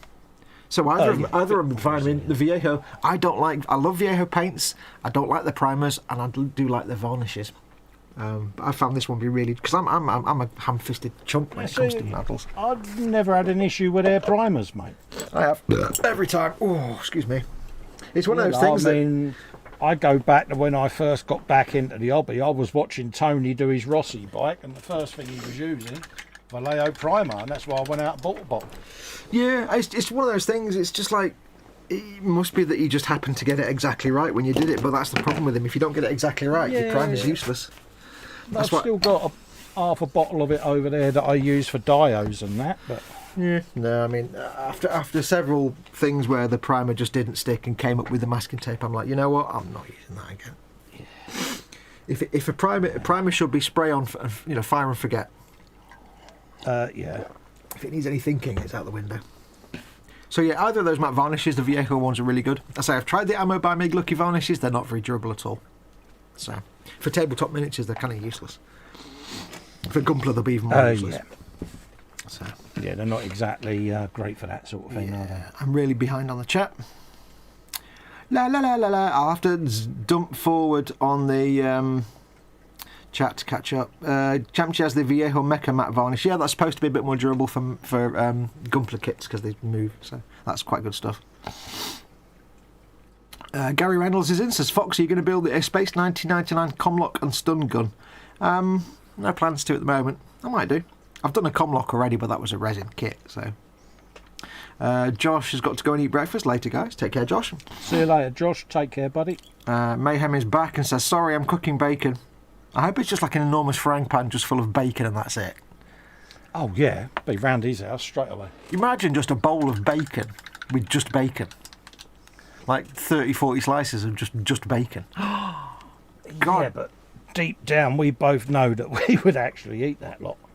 I would, yeah, absolutely. I would. I'd go for it. Yeah. Yeah, I wouldn't mince about. I'll be like, yeah, I'm going to chow down on them bad boys. That's mine. Mayhem says, Tony, Helgen 3.5, you mean Araldite the Wonder Horse? Absolutely. Yeah. Gotta love Tony. We all love Tony. People are talking about bacon now and different types of parts of pigs. I found out today that there is a company that makes square sausages. And they call them squigs, square pigs. Oh. And they've been embroiled in some sort of difficulties with Games Workshop for obvious reasons. Yeah, I was going to say, I wonder why, yeah. But they sold them at... they said they were selling them at Morrison's for a while, but then I think put a thing up this year saying we no longer stock at Morrison's for various reasons, but... Yeah, GW will take anyone and anything to court, won't they? Yeah, I don't think it's because of that. I think it was a couple of years ago that the GW were trying it on with them, but... I mean, at the end of the day, they're only trying to protect their brand, didn't they, really? Yeah, copyright. So I suppose if you've invested millions in that, then you're going to want to protect it, aren't you? Yeah, if you've got a copyright on something, you have to enforce it, otherwise it opens it up to everybody. But yeah, I was like, squigs, square pigs. Yeah, it's a bit like people complaining when STL sites get shut down that are doing blatant rip-offs, because at the end of the day, it's intellectual copyright, isn't it? That's just there. It's a minefield. When I was looking up yesterday, I was looking up building guides for the Macarius Vanquisher that I'm building and for the Malcadoran Furnace that I've got to build, that I've not done yet. And I was disheartened by the number of videos on YouTube that are people doing guides to how to build the rip-off version that's just a 3D print version of the Forge World kit because somebody scanned it in and redone it. And I'm like, it's just theft. Just buy the damn kit. If you can't afford it, don't buy it. But having seen one of those close-up quality, it's not the same. No, it's not the same. It's not the same. But it's still. Yeah, no. And I'm not saying that out of a loyalty to Forge World. You know, I'm an avid 3D printer myself. Oh yeah. You know, a few of the figures for the Baneblade are 3D prints. Yeah. I'm not ashamed to admit that. But something like a real high-end resin piece like that, you're not going to get the detail that they're getting. It's that simple. Well, Tony's in, actually. Hello, Tony. So you must have 6th sense, mate. You mentioned his name and he appears like something that appears He when you did. mention He their must name. have heard me say Harold like the bloody Wonder Horse. He must have. Yeah, I think that's what it was. No, and the thing for me is it's like there's plenty of things out there where you get like 3D printable files of things that are lookalikes. Like, it's a bit like a Baneblade. There's one company that makes... I can't remember the name now. They do lots of like tanks that look in the style of 40k tanks, but they're not actually, you know, but they're kind of in the style of, and that's fine because you're not making something that already exists from Forge World, or Games Workshop. But it's when it's like recasts. If you're doing a recast of a Forge World kit, or if you're taking a Games Workshop kit that you've recreated as a 3D print and it looks exactly like it, that's just kind of theft. Yeah.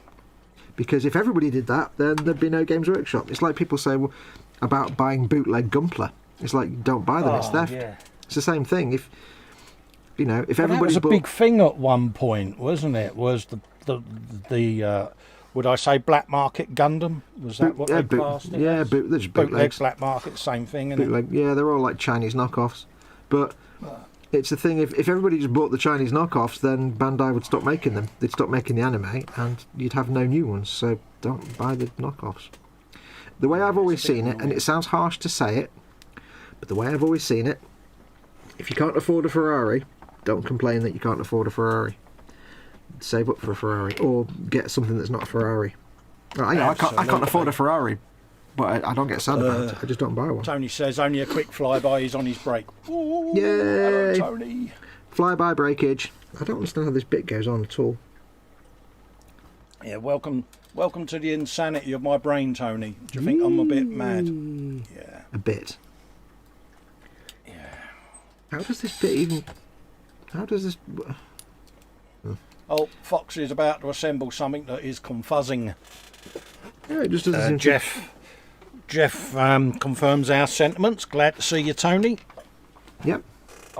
Always good to see Tony. Always good. Yeah, I mean, there's lots of places that sell things that look like Warhammer stuff. You know, we all know I can't remember what the Anvil Miniatures does. Lots of things that look a bit like Imperial Guard troops, but they're not. But that's fine. You're not taking something that already exists as a purchasable kit. And there are people that do like STL files of no longer in production Warhammer kits. Oh right, yeah. And that's fine because again, you're not producing something that isn't already in production or available. You're just making something that's no longer around. But when it's something that's available that somebody's already selling, and it's one of those things. To me, it's a case of it's not that I have any loyalty to, like you say, any particular manufacturer. Yeah. I base it on the essence of you have to apply it to the little guy, and if you apply it to the little guy, it has to apply to the big guys as well. So, for example, imagine you're a little one-man operation and you do garage print resin kits where you do maybe 50 kits and that's as much as you can get out of that mould and that's it. And you design something that's really cool. You design a spaceship or whatever, a figure. You do a sculpture. You make your 50 copies. You sell. You put them online. You sell them. You take them to trade shows. You're one-man band doing it in your garage. Yeah. And you sell your resin kits for £100 because you're only going to get 50 of them out of that mould and that's it, done, finished. And you're a little tiny one-man band and you've got to make your money back. You're trying to, feed your kids. Yeah. And then somebody comes along and says, I'm not paying £100 for that. I'm going to buy this Russian reprint of your model for 30 quid. And suddenly this man who depends on this for his living has no money on his table because everybody's buying the Russian knockoff. That's the little guy. That's the effect on the little guy, which is more extreme, but it's exactly the same principle to the big companies. Although, you know, big companies have a lot of money behind them, but it says you can't have it for one and not for the other. Yeah. To me, it's handy to look at it in terms of the little tiny garage companies, because how many little garage companies have gone out of business because...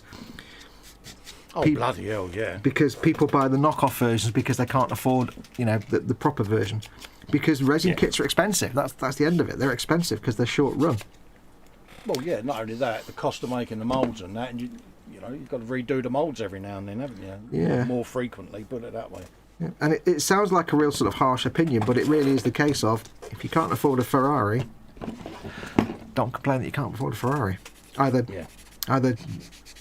do something to make sure you can afford a Ferrari, or maybe adjust your sights to, you know, not want a Ferrari. There's a lot of things I can't afford, and I just have to do without them. Are you done? I'm done now. That was my anti-piracy rant. The only reason Foxx was having a wibble there. The only reason I get quite passionate about it is because, you know, as someone who had an album of music available for sale at one point many years ago, it irked me that people were getting rip-off copies of it, because I was making money off it, trying to make money off it, put all the work into it. You look at the whole Napster thing many years ago. Yeah. You know, and people went after Lars Ulrich, didn't they, out of Metallica, saying, oh, he's this, he's that, he's this, he's that. But when you think about it, you know, it's their intellectual property that you're stealing. And it does. Yeah, all right, he's a multi-millionaire now, but back when they were, you know, up and coming, you know, they had to earn their money, so they're entitled to have a moan when someone's ripping them off. But that's the important thing to keep in mind is perspective. Like I say, if you think about it in terms of the little guy, it becomes a lot more obvious why it should equally apply to the big. You think he makes millions and millions of pounds selling X, why should he care about a few knockoffs? Yeah. It's like, yeah, but imagine he only makes 5 of them and it's his entire source of income, and he's got 3 kids to feed and a house and a mortgage to pay. And you're buying the 20 quid knockoff version that he doesn't get any income from. Because, you know, and that's the thing with resin kits, they are expensive. Because of the nature of resin, they are expensive. You can't do a print run of 10,000 kits like you can with plastic. So yeah, it just annoys me, because I always think of the little guy. I don't think of the big companies. I think of the little guy, the little garage kit manufacturers who've gone out of business because within a month of releasing a kit, they can barely afford to, you know, sell. Yeah. Somebody's got it, made a mould of it, and is selling it on a knockoff site. Tony's blaming your neighbour again. My neighbour? Why? What? Yeah, he says it's your neighbour that's making you have your wibble. Oh no, I've not heard from them spoons in weeks. Apart from that bark of the dog yesterday that you heard. That's my wibble done anyway. That's my Sunday wibble. Out the way. Gone. That was a good wibble. Was it a good wibble? Yeah, that was up there, mate. Also, hello Tony. He says he's still gimpy, but he's splinted now and back at the work thing. Oh, and you didn't do any filming while you were off, honestly. Didn't take advantage of that, did you? We thought we'd get like 100 videos out of you. Where's all your helicopter videos, you slacker? I thought they were ready. Look at the part work assembler. Shut up now. That's entirely different. No, it's not. Yeah, it is. Tony's had a legitimate reason. He's moved. He's been frontline during the crisis.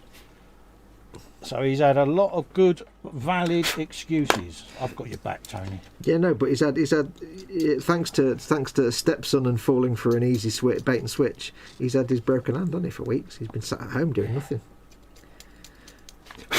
Recovering. That's what he's been trying to do. Recovering my eye. He fell for one of the oldest tricks in the book, and there's no way around that one. Here, Dad, hit this. Swing, pull, smack. No, wall. oh, Tony. Yeah. He pulled his underwear at the last minute, and Tony basically smacked the wall. Champy says, I'm going to buy a Ferrari. Just in 1/48 scale. That's like Tony, I'm going to put my face in this birthday cake. If anyone is going to do something, it will be Tony. A friend of mine recently bought a red Ferrari, says Candygram, and got the personalised plate REDF1V3, Red 5, because he's a massive Star Wars nerd.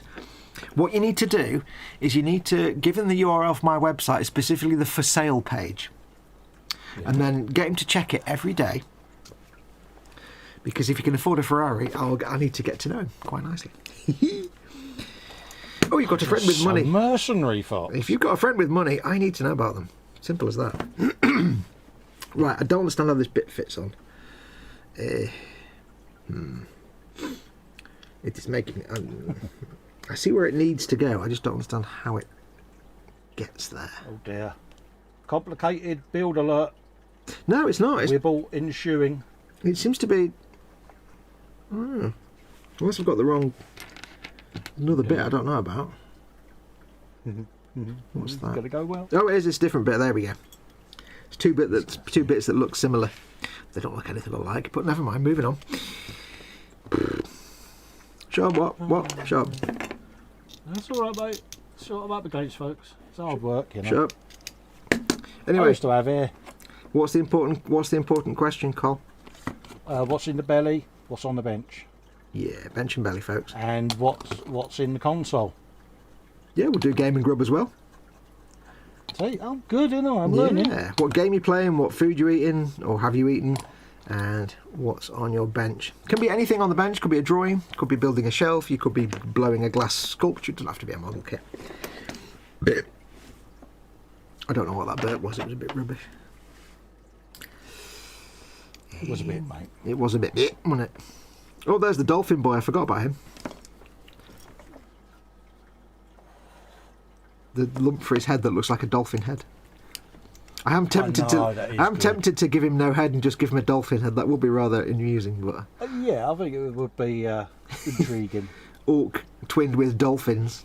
That bit doesn't fit together very well. Oh dear. Would that be Orca? No, that was the whale, Yeah. wouldn't I like that. I like that. I'll give you that one anyway. Orka. it? Orca, because it's a thing. My name's Orka Swimbladder. Yeah. Ooh, this doesn't fit very well. Ooh. Have I left a knob on or something? Why am I thinking of that? Damn squig off again. Oh, I wasn't until you just said that. Oh, god damn it. Colin. Damn you, Fox. You've just looked at me, you gimp. Should we do that before we go off air today? Go back on Forge Well and swoon on a couple of girls. Yeah, I think we You should. know you want to. I You do. don't you? It is something that I would quite like to do. I'm really tempted to leave it with just a dolphin head. It looks so gawky. Let me, just in case anybody didn't watch, let me go full Yeah, screen. bang it full screen. I'll zoom in again. Because It works for me, mate.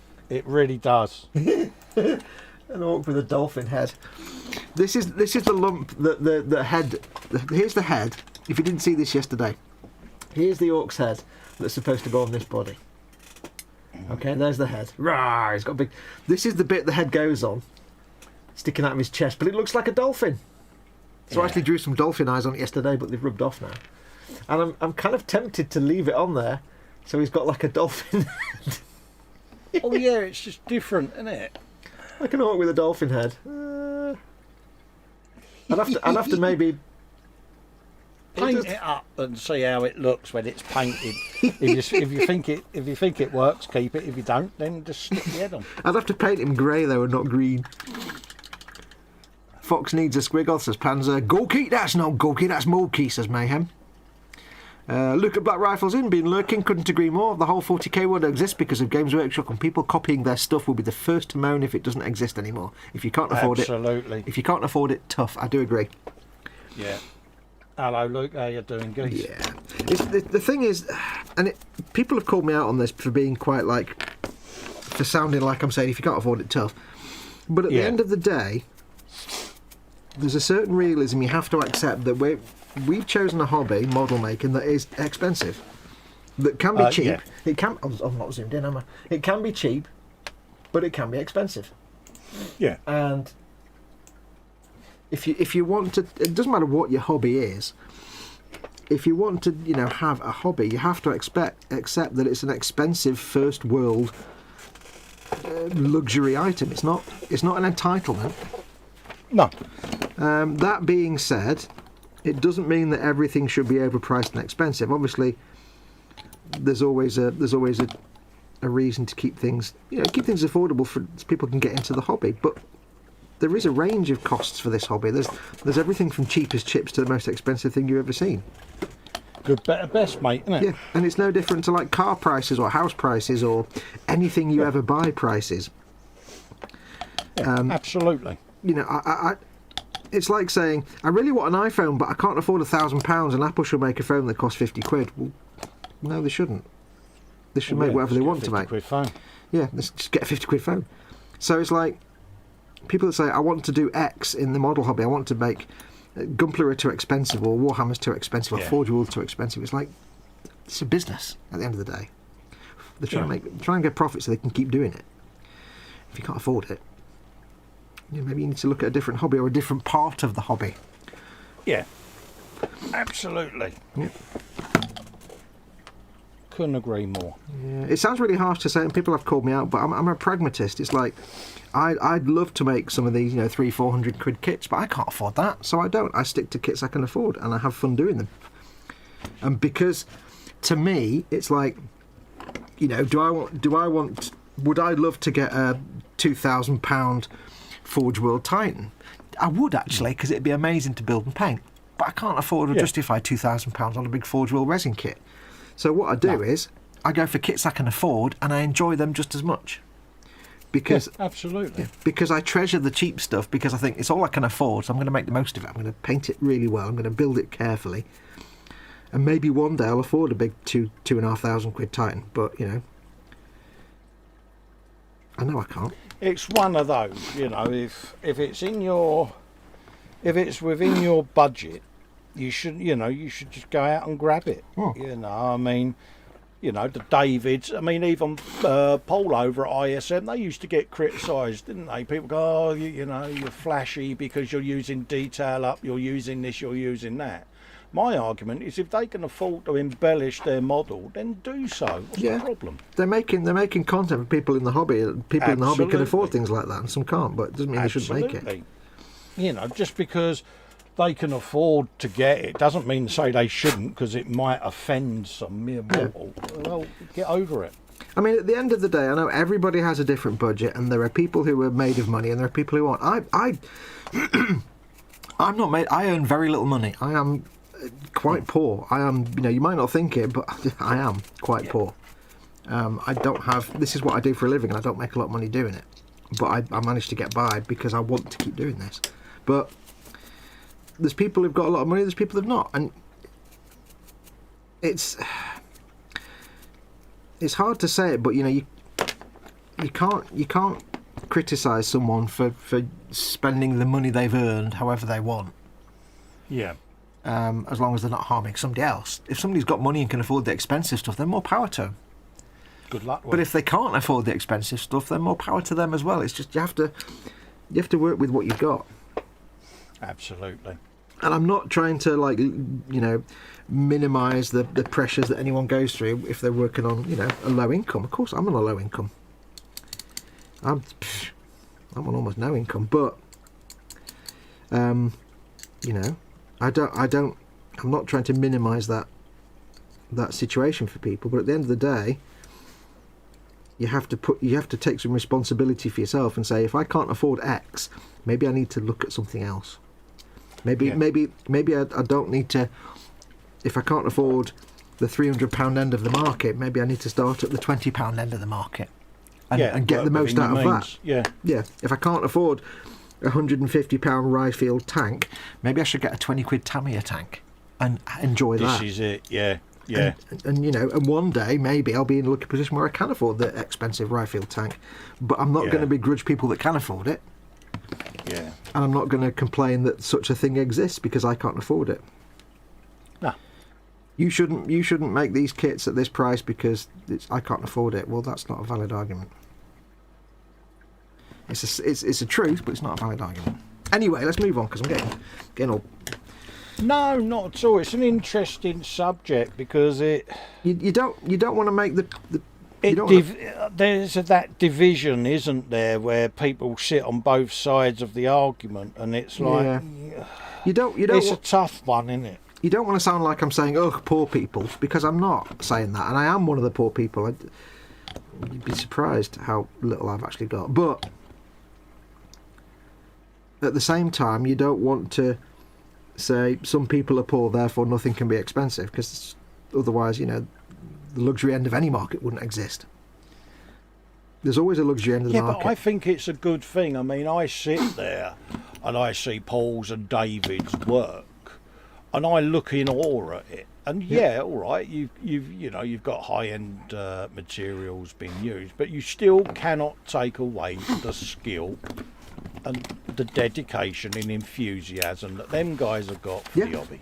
And you also... And why shouldn't they be able to build their way? That's my argument, and it annoys me when I hear people criticise them for that. It's just like, no. Well, the other thing, of course, is professional jealousy. The other thing, of course, is that, you know, you don't know what they've gone through to be able to afford such a kit.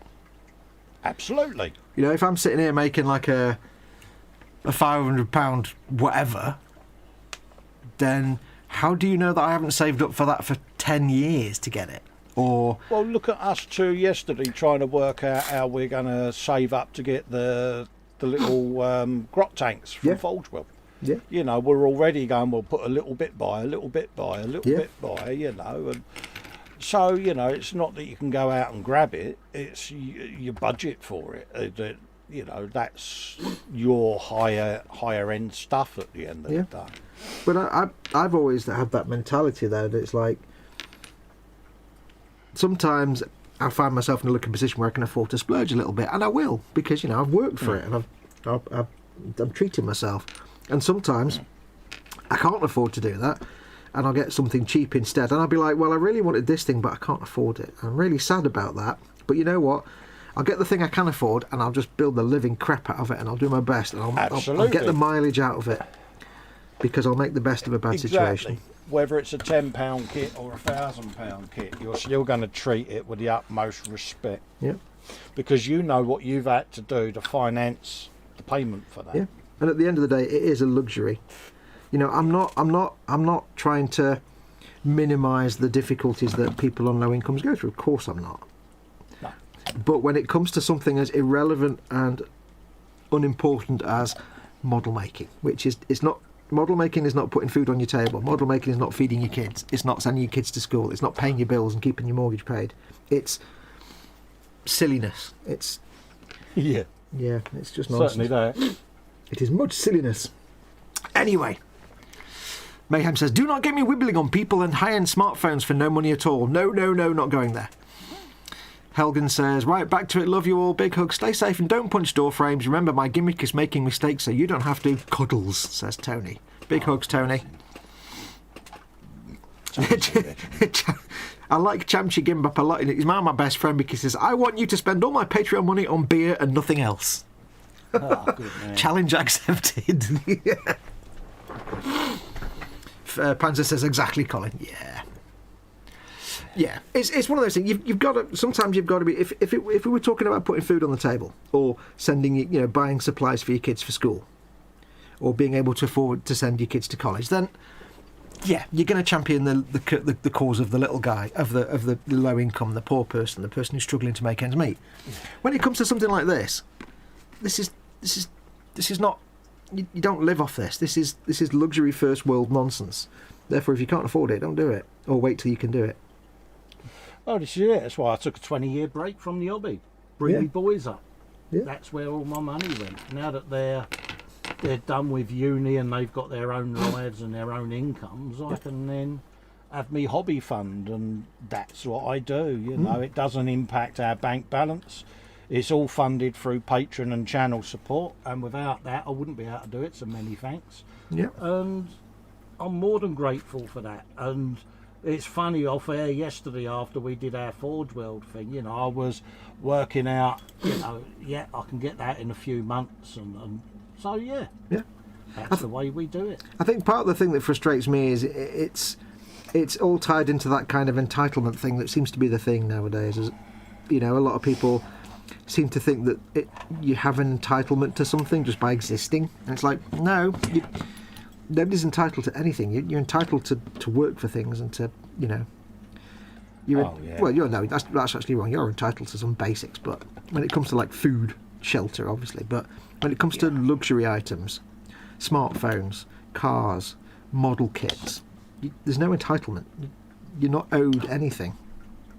You work for it. That's why I build and paint slowly. I can't afford to buy a new kit every week. I have to make my stash last because I don't know when I can afford stuff. No. So I was saying to you earlier on about not starting a new build yet because, you know, they've got to last at the end of the day. Yeah. I mean, that's why I'm, at the minute, I'm not filming stuff because I'm just battering out kits that I can get on eBay and sell because it's the only way I can really get some money coming in over and above my supporters. I need that income, so that's why I'm doing what I'm doing. I'd much rather be doing filming, but unfortunately I need to, pay bills. So anyway, again, reality of life. Luke says, I got called out for using Artist Opus brushes. I accept that a better painter can do a better job with cheaper brushes. I work hard and wanted nice brushes, and they do make a difference. Yeah, I use Broken would Toad. someone call you out for that?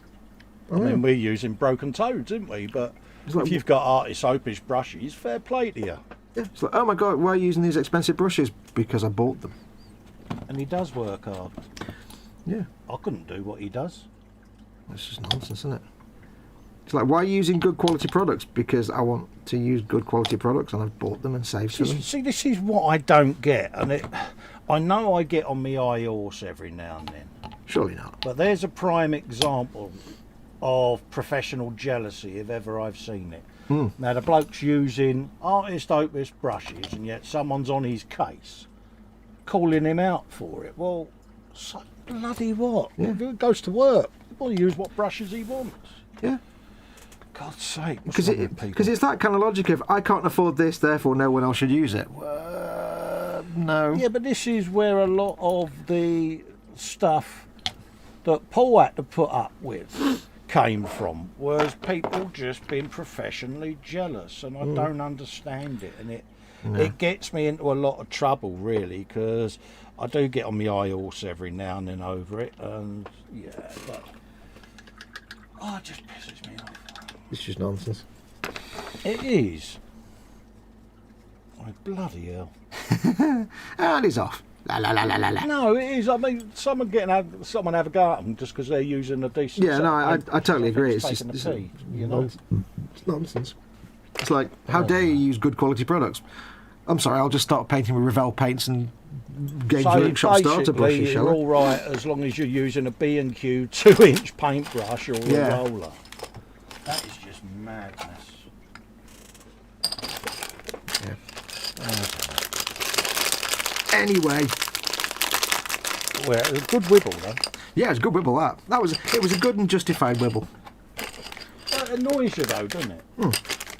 You have to just take the perspective that this is a first world luxury thing that we're doing. It's not putting food on the table. It's not feeding the kids. It's not clothing the kids. It's not something you have to do, and therefore, if you can't do it, don't do it. Yeah, but it's what right has someone got to call someone out like that? No. I don't know. There's too many people in this bloody community that do it. Does my head in. Yep. Yeah, Bobbin says, I don't enjoy my job, but I put up with it as it pays bills and leaves me with disposable income for the hobby. Exactly. Absolutely. Absolutely. Mayhem says, wait, what? Are we getting rivet counted on using a damn brush? Turns the tear blue with rambling, swearing and table flipping. It's insane, isn't it? It's nonsense. At the end of the day, people should be able to paint what they want, build what they want, do the hobby how they choose to, without fear of people calling them out at every opportunity. Just, I don't know. Like I say, it's just, again, it's part of this like entitledness thing that seems to be the thing nowadays that I have no time for. It's mad, isn't it? We're just old, and we just our way of thinking is you're not entitled to anything. No. In this, well, let's say in this country, you're entitled to healthcare, and that's it. Yeah. That's the only thing you're entitled to. Everything else, you've got to work for. You've got to make the effort. If you wanted to use a set of gold-plated tweezers to pick your Warhammer bits up with, good luck to you. It don't make a difference, does it? Yeah. The thing that gets me is often when you get somebody like that, though, it's the person that can't be bothered working for something that complains most about when they haven't got it. Yeah, but it's the fact that someone goes out of their way to spend 10 or 15 minutes logging onto a system just to say, I'm not happy because you're using better paintbrushes than I've got.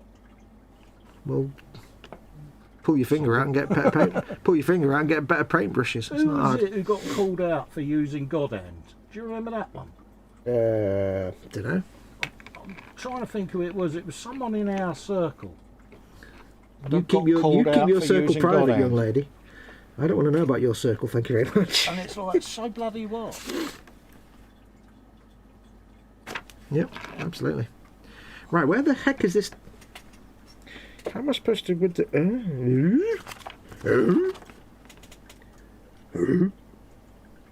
Oh, there's a tube. I forgot about the tube. Oh, right. I forgot about the tube. Tube. Tubular. I'm trying to figure out how to glue all this together, and it's not fitting. And it's because I haven't glued half of it together yet. You chump. Yeah. My name is Foxx. Hello, like and subscribe. There's a padlock on the end of that. That's rather charming. Where's the square bit? What am I doing? Well said, Muse. If you want something, work for it. And she says, yeah, there's always one. Yep. There certainly is, me darling. Don't we know Yep. that one? Yep. Somebody said, I mean, here's a prime example. I put something up for sale on eBay. Yeah. And somebody complained at me because I was asking 800 quid for a Baneblade. And You're it's like- joking. It said, I know, I actually got some grief. I was like, why are you charging 800 quid for a Baneblade? They're like 90 quid. I said, yeah, it's got over 150 hours of work in it. If I charged you minimum wage that I'd get at McDonald's, that'd be like 900 to £1,000. Do you want to shut up? Because I've done 150 hours of work. Yeah. And then it's sold They say anyway. to that. Because just because you can't afford it doesn't mean that nobody can afford it, and doesn't mean I'm going to charge less and undersell myself. So I literally said to him, "There's 150 hours of work in that. Do you know what minimum wage is?" Yeah. Yeah.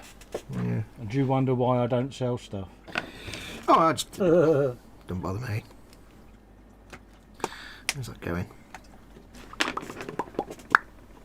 How does this attach? It attaches there, like that. You see? Can I paint all that when it's attached? I don't know. I I was very polite. I was very polite when I wasn't quite aggressive. I wasn't aggressive. I was very polite when I said it. Nah. They were like, "Oh, okay, this is very expensive. Can you not charge less?" I went, "No, because that's how much work I've done." It's when you say I'm selling a Baneblade for £800, you think that's stupidly expensive. When you say, "Yeah, but it's actually, I would have earned more money working the same number of hours at McDonald's." Yeah. It puts it into perspective. That's less than I'd earn if I was flipping burgers at McDonald's. So Yeah, but this goes back to why we all stopped commission work, doesn't it? well, one of the reasons. Yes, unrealism. Yeah, because it would always descend into that. Yeah. Straight away. Why this? Why can't it be? You know, I mean, you had one, wasn't it, where someone thought you would do a custom paint job on a particular Baneblade. If they bought the kit, they thought they'd only have to pay about 15 quid for the paint job, didn't they? Yeah, and I was like, "Bye." That was quality one, that was. I was like, "Listen, 15 quid, I'll prime it for you from a rattle can. That's what 15 quid gets you. A rattle can primer coat. yeah. Try again. Try again, love."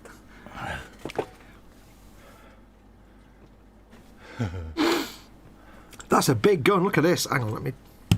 Yeah, Steve says Simon Merckx gets the same thing, Kit Factory, when he sells stuff for thousands of dollars. Yeah. I know, mate. Yeah, look at this. Let me show you this. The thing people have to realise is they are works of art. So, Yeah. you go and find a Picasso for less than, for 150 quid. Look at the size of his gun Oh, yeah, that's a gun of goodness, that is, mate. with his dolphin head going on there. That's a big gun. I've not glued this bit on yet, but on the end of it is this little like suction tube that basically sucks in whatever he wants to fire out of the gun through the warp. So, Oh, right, yeah. because it sucks something in and fires it through the warp into the Yeah. target. Remember saying like it can end up inside an enemy vehicle or inside somebody inside a Yeah. vehicle. So there's some I love the way his pants have been pulled down and you can see his butt there just sticking out a little bit. Yeah, brilliant. He's like, ah! So he's about to be thrust through the warp across the battlefield and inside one of the enemy, probably. I like the little claw marks in the dirt as well. Yeah. Hello, Ross, afternoon, mate. Yeah, he's got his butt cheeks hanging out there. I like that. This is orc humour, you see. It's always a grot that ends up on the sharp end of whatever happens. Oh, yeah, Ross. absolutely, mate. That's what grots are for. Yeah. Do doodle doodle doodle doodle doodle doodle. Yeah, at the end of the day, you know, you're selling a model you've painted, you're selling a three-dimensional work of art. You can ask for whatever you want for it. It's all art at the end of the day. Yeah. Muse is saying she wouldn't even rattle can prime it for that. Exactly. No. I'll leave the head off anyway because it'll be easier to paint when the head's not on. The thing that sticks out of the front... You so know you're going to paint. Oh, I see. That thing is actually his tongue that's sticking out there. Oh, is it? Yeah, that's why it's got a little divot in the middle of it. But it doesn't mean I can't... It's weird that they cast it that way, though, isn't it? You think they would just... Doesn't mean that I can't paint it to look like a dolphin. You know what I could do? Oh, I could get two of my little rivets that Wendy sent me. Put one on either side like an eyeball. And it'll be a derpy dolphin. Could be a derpy dolphin. It looks like some kind of like mutant dolphin who's all muscled up. I like that. Got to do that now. Got to do that now. I'll worry about you. I wouldn't bother. Nobody else does.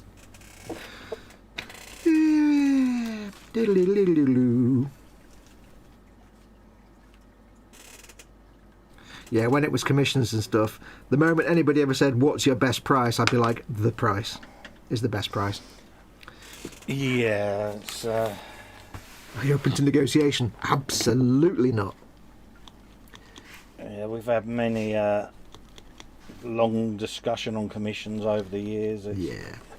And it's funny how you'd get an inquiry, and it would work its way around our circle, wouldn't it? Do you remember that? Oh God, yeah. Like somebody come to me and they'd be like, and then it would work its way down the chain, wouldn't it? It'd be like, yeah. You know that commission you turned down. Yeah, there was one guy who I think approached both me and TK at the same time and was completely open about it and said, "Right, well, I'm also talking to this other guy," and I was like, "Okay, then we'll go and speak to him and go away.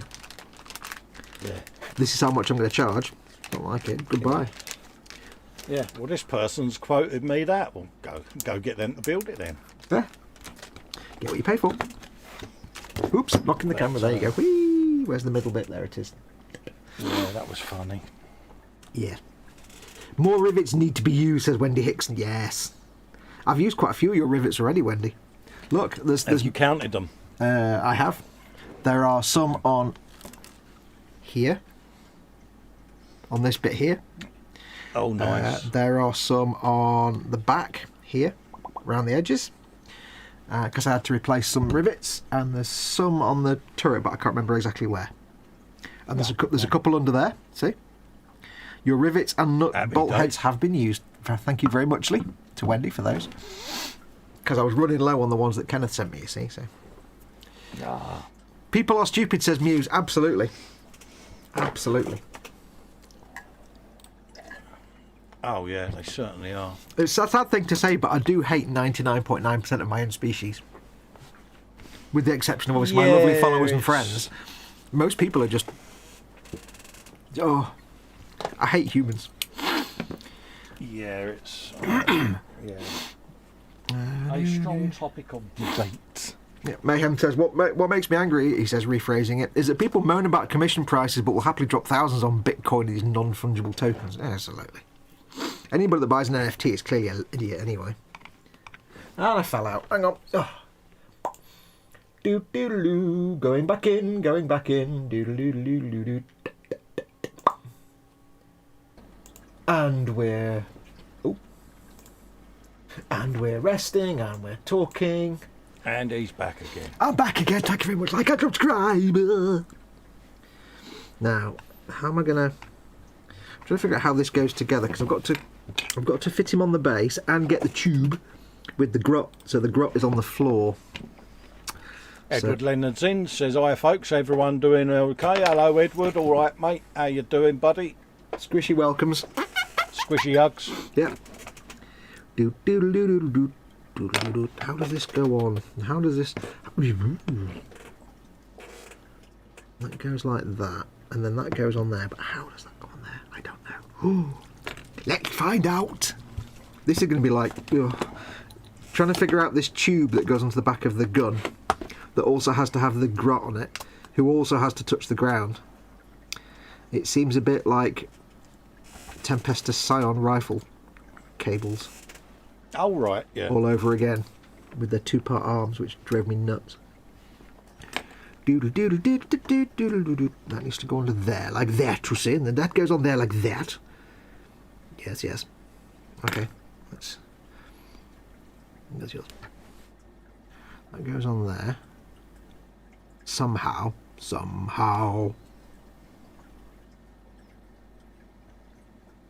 Not quite understanding this. Not quite. Wendy's saying, use the hexagon ones yet, Fox. Yep. Better start making some more. There you go. I certainly have. I put a few on the back of the tank because I need some bigger bits. I'm going to take that off because I don't trust that. I'm going to glue them to the base first. She's good. She is. She's a lovely lady. That's going to go on there. I don't quite know which way around this goes though. Let's just get him glued on. Let's. Right, where's my fat glue? It's like juggling chainsaws. I don't know which one to start with. But whichever one to start with, I keep thinking it's going to go wrong. He needs to be at the back of the base, I think. Base! How low can you go? The final frontier. I see what you did there. That was good, wasn't it? Most impressive. It was most impressive. That's 2 Star Trek segues, isn't it? I know. You are formed today, dude. I know, it's the Kira effect, mate. No, that's a whole different thing. That takes you off form. That's just completely different. I saw what you did there. Yeah. Oh, bless you. This is not fun. I'm not enjoying this. Oh. I don't know which way round it. You're thinking of that squig off again, ain't you? No. I'm thinking about Tempestus Scions and fiddly ass 2-part arms and other things that make me unhappy. Oh. Things that make me unhappy. Like, I've got to glue these 3 things together, but I can't have them all glued together without them all being together, and they'll all fall apart if I try and wiggle them around. So don't quite know how to do it. Not that I ever have to do more than one, of course. You watch, I'll fall out any minute now.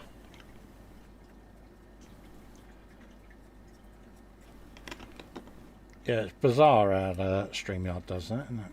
Yeah. Right, that didn't work. Arse.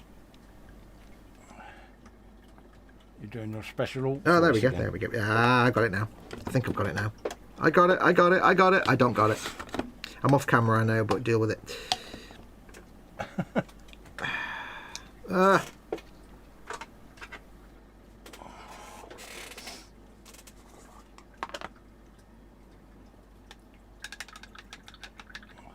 Fiddly tube, a fiddly tube. Fiddly tube, bomb.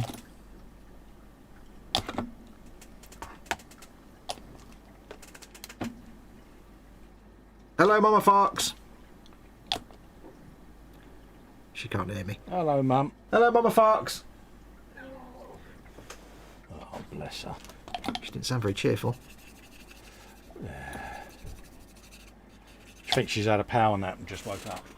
No, she's downstairs. I bet she's not even had another brew yet. Dear. Oh, flange magnets. Was doing so well. Right, let's get some glue on that bit. Was doing so well. Everyone's saying hello to Mama Fox. See, she's an internet sensation. She's an internet legend, isn't she? She is. Right. Dum. Super match game. My finger on there. This is more fiddly than Tempestus Scions. This is. Are you getting a wibble? No, it's come together now. Can you feel one coming? No. Come together now. It's just balancing this and that, and then pushing that there and doing a bit of that, then that comes off, and then that wobbles, and then oh, hooby dooby dooby. Stay there. Blowing, blowing.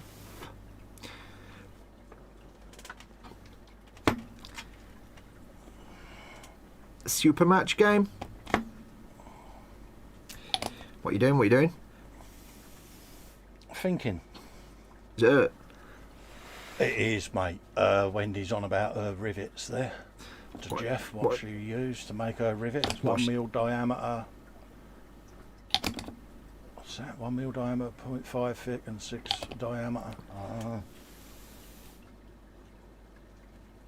There we go. Wow, that's quite an impressive model. Sort of.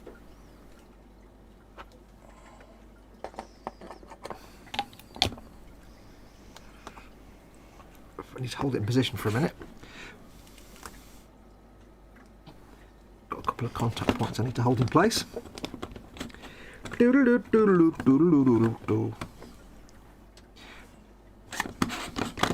I'll check on Mama Foxx in a minute when she goes down so I can make sure she's alright. Oh, bless her. She's probably fine. She's probably just listening to Bergerac or something. I shall be back in a moment. Yeah, no worries, mate. Bless her.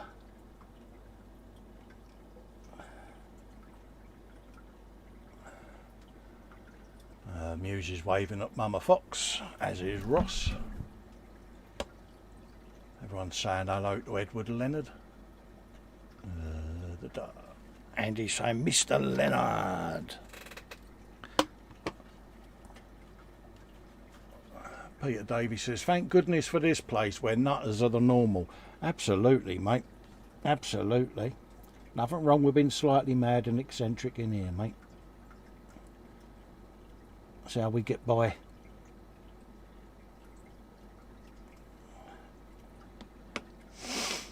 What else is going on in there? How's the other half, Edward? Everything all right now?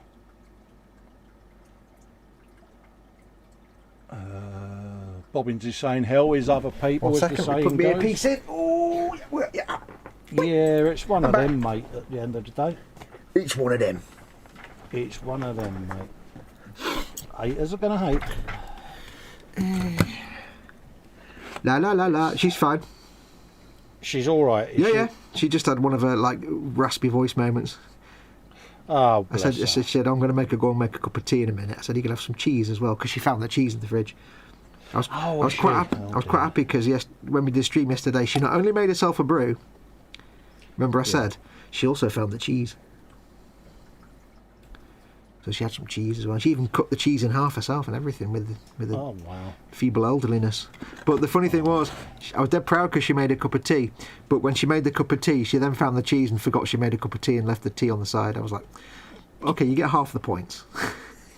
Oh, bless her. Yeah. So she said, I'm going to go and make a cup of tea. But what she actually said was, because her voice was she goes through breathless moments. Yeah. So when she said hello, I said the internet says hello, and she went, hello internet. Bless her. Mama Foxx. Oh, bless her heart. Everybody likes Mama Foxx. Absolutely. Absolutely. Right, I think that's about as good as I'm going to get that to stick. So I shall show you what I built. Dolphin dude with his enormous gun. I think I might regret that because I'm glad. Well, I'll show you in a minute. Let me show you what I've done. Are you thinking again? No, I'm painting, mate. Ooh. Carry on. So there you go, folks. Spectacular. So this is the the Big Mech with the shock attack gun. So if I pull the camera back a bit, I've gone too close, haven't I? Bizarrely. You have, yeah. There you go. Big Mech with the shock attack gun. So you've got the dolphin head there because his head is obviously should be like that. Yeah. That's what it should look like. Take that off because I like the dolphin head. I've left the head off anyway.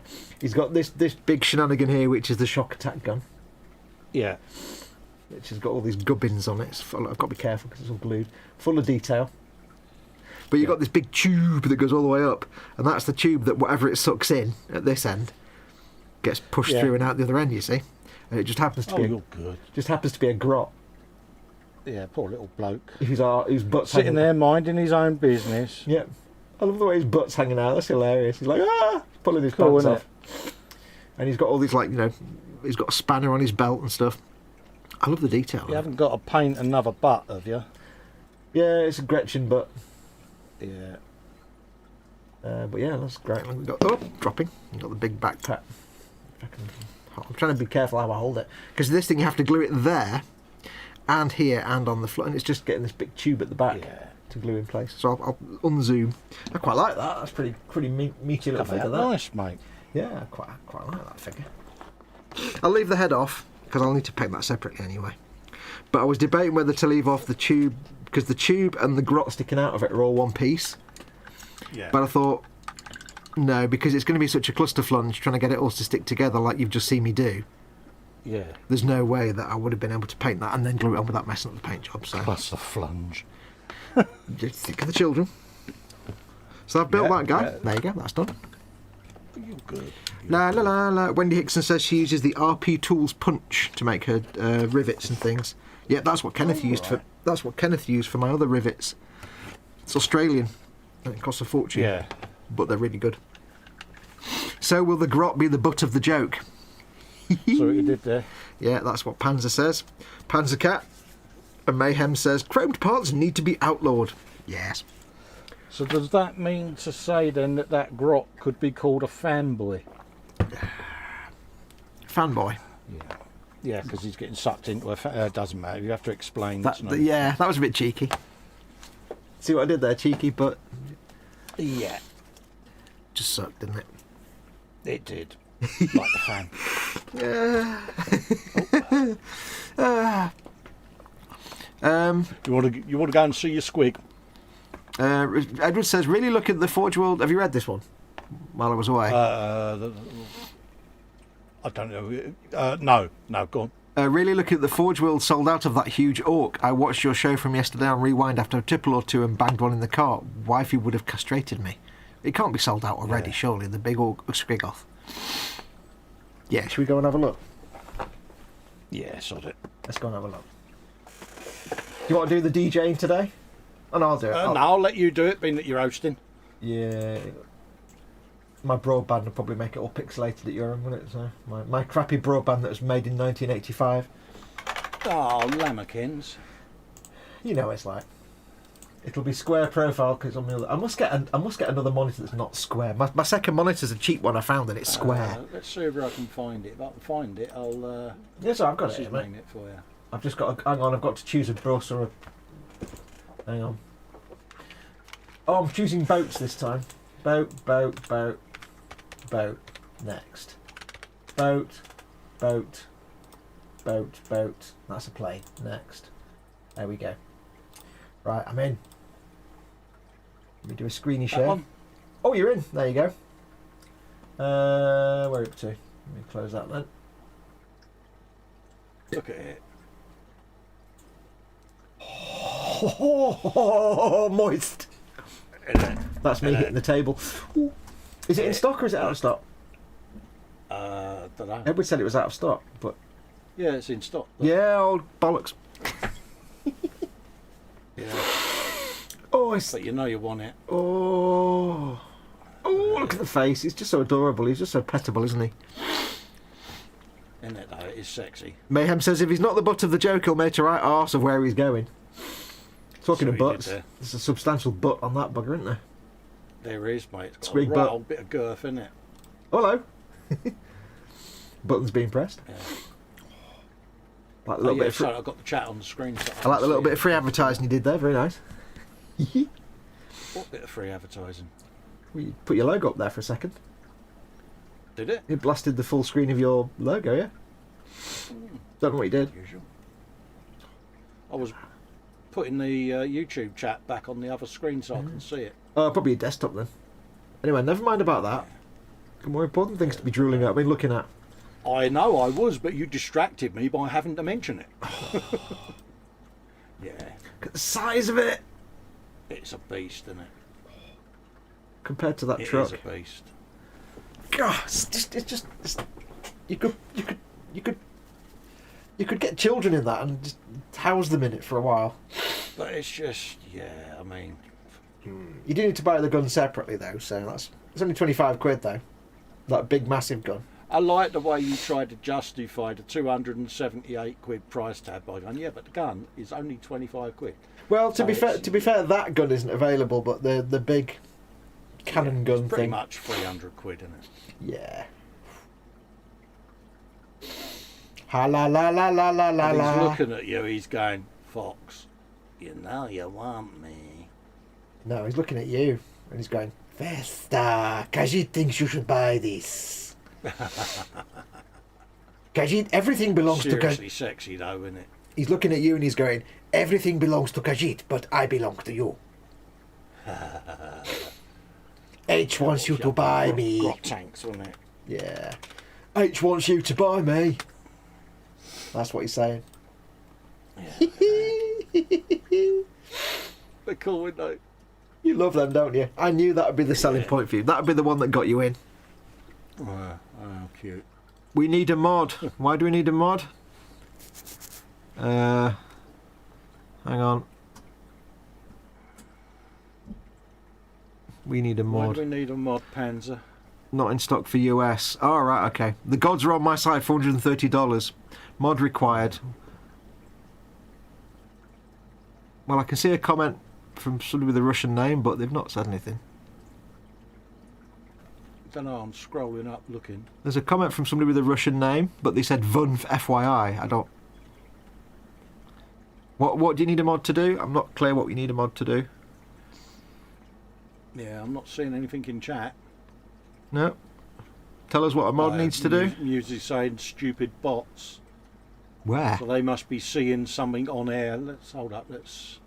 I'll stop screen sharing and see what's coming up on YouTube. Is it the person with the Russian name? Is that the one you want me to get rid of? You says she's reported it. Okay.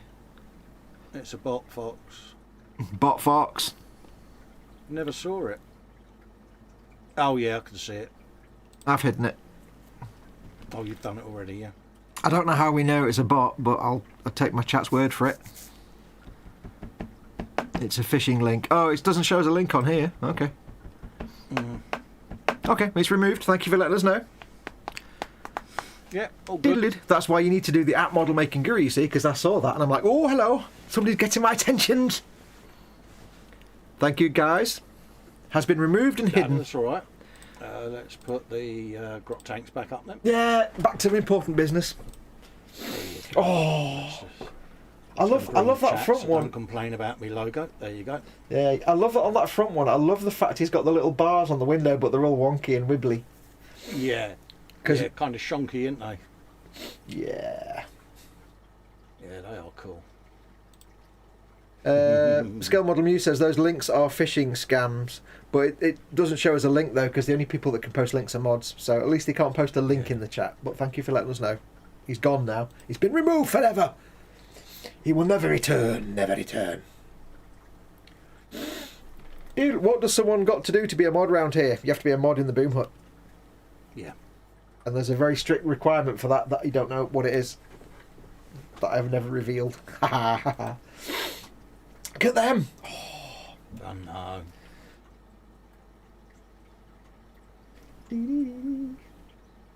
Oh. Yeah. These little things that are ripe for a bit of raggy as well. See, I know what you're thinking now, because you've gone quiet, and that means only one thing. You're doing maths. That would be an ecumenical matter. You're just got loads of numbers going through your mind. Look at that. It's just They it's are like cool.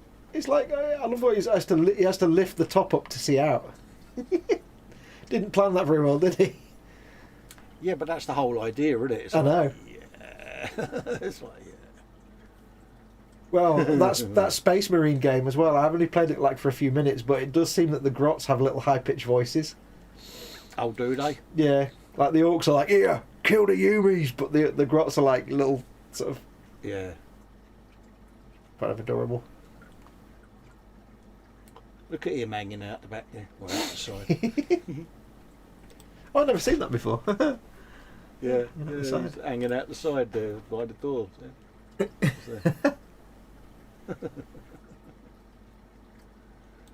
Yeah, they are cute. Yeah. Have you ordered it You yet? know what's going to happen? Have you ordered them yet? No. Mayhem says, why can I see Colin chaining them together into a train? Yeah, it's Well, that's where the mega kind tank. of- That's where the mega tank comes in, though. Yeah, but wouldn't they be the perfect accompaniment for the Accompaniment? Warlick? Yeah, Oh yeah. Oh. coming out the tummy of the Warlick. Oh yeah. I'm just thinking if you built some hatches in there with the ramps. Oh. Yeah, could have one driving up, going in, and one coming down out the front. Oh. But you know what though? Being grots and being a bit hopeless and useless, you should have one like that's barreling out of a hatch, but it's like 10 foot up in the air. So he's like, ah, because he opened the wrong hatch and he's like 30 foot up. Yeah, just have him on a transparent rod poking out the front with a. Yeah, they'd probably be the one with his hand on his head going, "Dull." Don't. Yeah. Anyway, let's not Yeah, talk about that swig off for the reasons. Yeah, you're right, Andy, mate. Yeah, because most of my builds are long and narrow. Yes. Next on Festa 67's workshop, everything you can get on a shelf. Yeah, but the easiest thing for me is just making that shelf a complete dio base. It's From the people that logical brought way, you, innit? from the people that brought you, will it blend? A new channel. Will it take up an entire shelf by itself? On a shelf by itself. I like that because it's long. It's as long as a shelf and as wide as a shelf. It's on itself on a shelf yeah. by itself. By itself. Well, once they're all on there, I'll do a little video for you so you can see them all in their Warhammer home. Because I'll just do the whole back panel as well as a backdrop. I don't want to see your back panel. Yeah. I may have already seen your back panel. I don't want to see it again. Yeah, nearest. Right, what are we doing next? Keeping an eye on your time because it's 1 minute to 6. Yeah, we start later, didn't we? Yeah, you're all right to run on, are you? Yeah, I'm fine. Okay, cool. Another half hour, yeah. You can have a spider pig for your trouble. I'm not going to start the Dakka jet because that would be craziness. I need to sort out what all these sprues are and figure it out. You're not going to have much more left on that to build, are you? Yeah, I've only got like 20 boys, 10 knobs, the war trike, and the entire Dakka jet. Because that ain't bad going. You got all of it to build yet. I know. Oh dear Lord, the war trike. Black Rifle says that's a bot targeting live streams. Cheers for the heads up. Aye.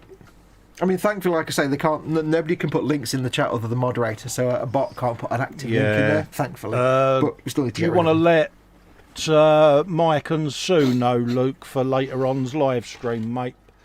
Purely and simply because, yeah, Oh, I wouldn't. Oh, it's there's no targeting lives, then it might show up on theirs as well. Bless them. Don't want that to happen. Highly unlikely. They'll have a different name. There's one that targets me on Instagram. Every time I post an Instagram post up, I get a bot comment. It's like, I just delete them.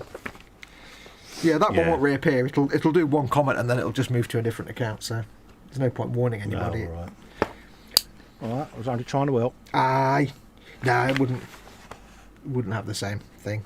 It's like when you get them comments, and it's always from like some woman in a rather exotic pose showing off bits of flesh saying, "This is the best video ever, thanks for posting it," and it's like delete. Yeah. It just creates an account and makes a comment. Yeah. It's nonsense. Right, I shall do some. Shall I get my knobs out? Get your knobs out. Oh, I don't know actually. Shall I get my knobs out or shall I get my boys out? That just sounds even worse, doesn't it? Yeah. Do you want to see my knobs or do you want to see my boys?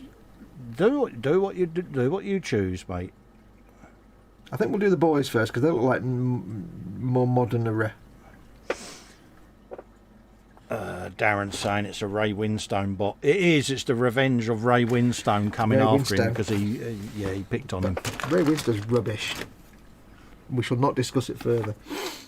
Right, I need to figure out which... How would I know which... I've got a load of knobs and a load of boys, and they all look the same, so how do I know which sprue went... Oh, dear. I don't actually know. Oh, that... I don't know which sprue's which now. They're all the same.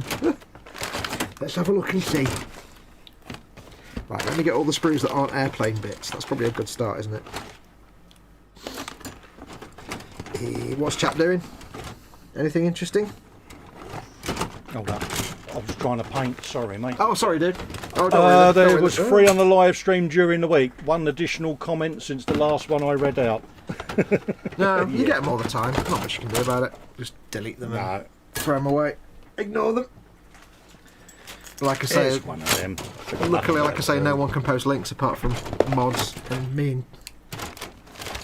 It's only us 2 that are mods in here today, so... Yeah. Most of my mods are just slackers and don't bother coming in my streams anymore. Because they're all far too lazy or busy doing unimportant things. I don't mind. I don't mind that you've got to eat French bread or whatever it is you people do. Right. I'm doing my boys, not my knobs. The boys look like much more modern models, so I'll build them first. The faces look more modern. What was it someone was saying? Was it that? Is it this set where is it monoposed? Someone was saying something about they was monoposed. I thought there were a lot of push together ones. Yeah. Yeah, there are some here that have got like arms already been, and they've got the pegs for the arms because they're all fixed in place. But I've got some. Yeah. I think the boys are going to be more modern and monopose because you can't really do much with them. Yeah. And I think the knobs are going to be the old style. You get the arm with the flat surface, and you can tweak it around a bit. Yeah. They're beautiful sculpts though. Let me zoom in a little bit and I'll show people. What are you painting? I'm just trying to hold the truck thing here without breaking anything off whilst I rough in a couple of teeth. Don't break things. Right, let me show you. Yeah, do you know what I'm like? Every time I move it, I'll break something off it at the moment. Don't move it! Don't move it! Stay there! Right, let me... Just want to roughly paint them in, and then I can put the gums in after when they've dried. The detail on these. And I think these are the older knobs. Sorry, mate. No, I'm saying for the viewers. You carry on painting, it's fine. Yeah. Don't worry about that. Yeah, got some lovely crisp details on these like... Oh, yeah, it's certainly got the gubbins going on, isn't Dirty great big choppers. That's the word. Dirty Choppers, great big it's choppers. a thing, isn't it? There you go, that's a nice looking gun there. I love the way he's got a bolter, like a big machine bolter with rockets on it. Not a grenade launcher. Because why wouldn't he? And he's got the rocket is actually attached with string. I love that. Loads of detail on these. Why wouldn't he have that? Exactly. Let's have a look at some of the heads. Let's find some heads. Buddy. You've got one. Got one with a horn helmet. Andy's off later. Andy, take care, buddy. mate. Nice to see you in, buddy. Always nice to see you. Where are we? Yeah, that's what I did there. I see what you did there. He's got like a nice horned helmet, and he's got his tongue sticking out. He's not got a bottom jaw. Nice. He's obviously the bottom jaw's elsewhere. I like this guy with what looks like a German helmet, sticking his tongue out. What are you printing? Very nice. Teeth. Printing? No, what are you printing? Printing? Oh, was that not your 3D printer in the background? No, I don't have the 3D printers running when I'm live, mate. Oh, I thought I heard a little. I bet. No, that's my boiler. Oh, right. I think I'd be printing something. No, I don't print when we're live. Bloody hell. No. No, I wouldn't do that. Yum, yum, yum, yum. It's too loud. I'm off to... Oh, he's actually putting some pulled pork in the oven. God damn it. Oh, nice. Pork. You know, I was going to make ham and chips last night, which I've been trying to make for the last, week and a half. Yeah, I didn't. Didn't achieve that, no? Well, Mama Foxx was like, ham and chips, yay. So I said, right, I'll make the dinner now. And she went, I'm not really hungry. So I said, well, tell you what, I'll order myself a curry and then I'll make you something later when you're hungry. Let me know when you're hungry. So she had some sandwiches and I had a curry. Nice. And now I really want a curry again. God damn it. Right, so I'm going to guess the boys are going to be the monoposular kits. Let's find a part we can identify, and that'll tell us which sprue is which. Right, that's because there's sprue naming criteria. Well, well, it's because it's like 4 different kits. So you don't know which sprue is which when it's just 4 sprues full of orcs. Orcs. So if it's a thing, innit? It's a thing, innit? So if I look for that specific hammer. Let's close that a minute. Dirty great big warhammer, yeah. Because it's warhammer, innit? Big arse warhammer, isn't it? Dirty great big arse warhammer. That's what it is. You got a problem with that? Yeah. Oh, hello. That was a double pig and a bird. That was a double spider pig for your trouble there, That mate. was a spider pig plus an outgoing spider pig. Most impressive. You try. Oh, I love that. I can't find it now. Where is it? There's a detail on one of them here. He's got a big hammer, but it's got like. Look at this, right? I know you probably won't see it, but you'll appreciate this. He's got this dirty great big hammer with like teeth on it, like a chainsword. Yeah. But because it's got like chainsword teeth, they've put like a throttle handle at the bottom of it. Yeah. Just the thinking that went into that. Give it a throttle handle so you can. And, that's that spring. And the head with the horns is probably the same sprue, which probably doesn't help me. Might all be one sprue again for all I know. That's that one. How many of these guys are there? Oh, it's actually got a picture of the sprue in it. Excellent. Thank goodness for that. So it's this one sprue. Cool. Thank you, G-dubs. It's good they put pictures of the sprues in there now. 1, 2, 3, 4, 5, 6, 7, 8, 9. 9? Oh, with the boss knob as well. 9 knobs and a boss knob. And a partridge and a pear tree. Partridge, like and subscribe. Cool. Let's go make some knobs.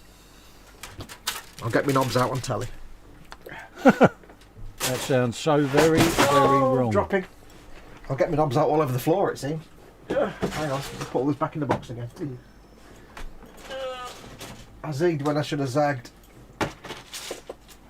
I could have been a contender. I'm just picking my knobs up off the floor. There we go.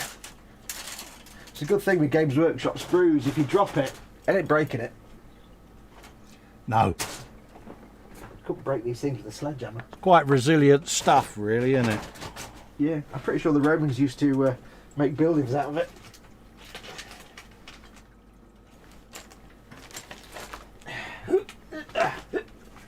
Stretching. Right. That's all the bits rescued. Let's put that back over there properly this time. It's because I moved my little table further back a little bit yesterday and I'd totally forgotten. Instinctively reached out to a certain length distance. Black Rifle says, just finished 20 boys from the combat patrol. Very nice sculpts. Yeah, the new ones are. And it actually tells me which base I want, which is nice. I want 10. Oh, I see. These are all the ones with. There we go. It's the one with the holes in them. La la la la la.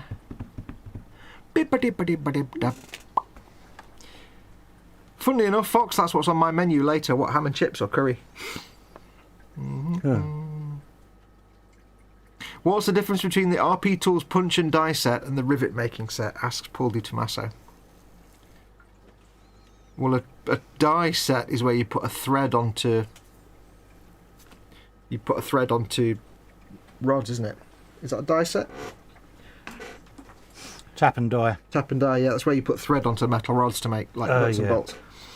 But I don't know about a punch and die set. And a rivet making set is like a punch set. But Wendy will tell you. Hugh Gordon's in. Good evening, one and all. Hello, Hugh. How you doing, mate? Panzer says the rivet maker uses metal foil, not plastic. Oh, there you go then. There you go then. Now you know. Oh, you know. My Nick, you know. Oh, Dot cotton. Yeah, .con in the house. In the house. Das ist richtig. Yeah, so this is a modern kit. This modern set. Modern cast, is it? Well, it's got not only has it got a picture of the sprue on the front, it's got the base pointed out as well, and they're all monopose. Which means most of the work is just clean up. Yeah, that's what I was saying earlier. Are they the ones that are monopose? Yes. So the boys are, the knobs aren't. You can pose your knobs however you want, basically. Yeah, I think the Raging Modeler said about that set. He was on about it. Yeah, he knows all about knobs. Oh, absolutely. I may as well just keep making that joke because my monetisation's gone already. So. Is it? But well, I've said knobs enough time now. Oh dear. Right, let's have a look and see. Now here's a question: do I give this guy a dirty, great big chainsawed hammer or a small pistol? It's not a choice, is it? Chainsaw hammer. Come on, Games Workshop, you're doing it again. It's like, do I give him a whip or a squig? Come on, it's not. Yeah. It's not a challenge, that one. You're not stressing. Chainsaw hammer's always going to win, Yeah, mate. You're not stretching my brain on that one. Dirty, great big chainsaw hammer. Yeah, I don't even know what you call it. Let's see what it's called in A chammer. Chammer. Have a time. Oh, unfortunately, it's also got the modern instructions where it doesn't actually tell you what they call it, it just gives you a picture and a symbol. Oh, that's no use. That's no use, then, is it? That's rubbish.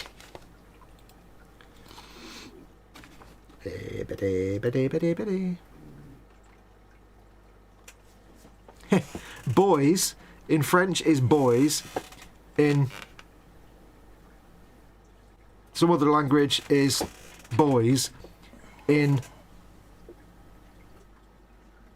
not sure what languages are called chicos. Chico. And in Italian are ragazzi. And in other languages, the boss knob is also called the boss, the noble gefazzo, the boss, or the knob capo. I can't read the Japanese one. Probably bossunobu. Bossunobu.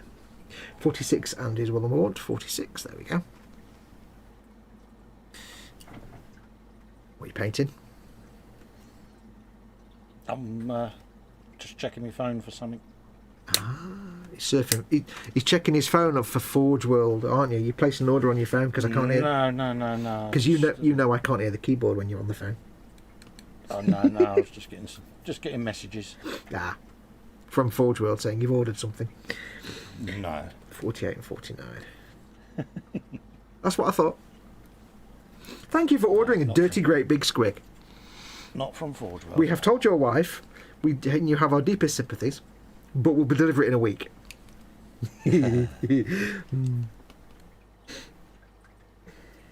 Right, another choice that Games Workshop gives you a non-choice: a feeble hand or a dirty, great big power claw.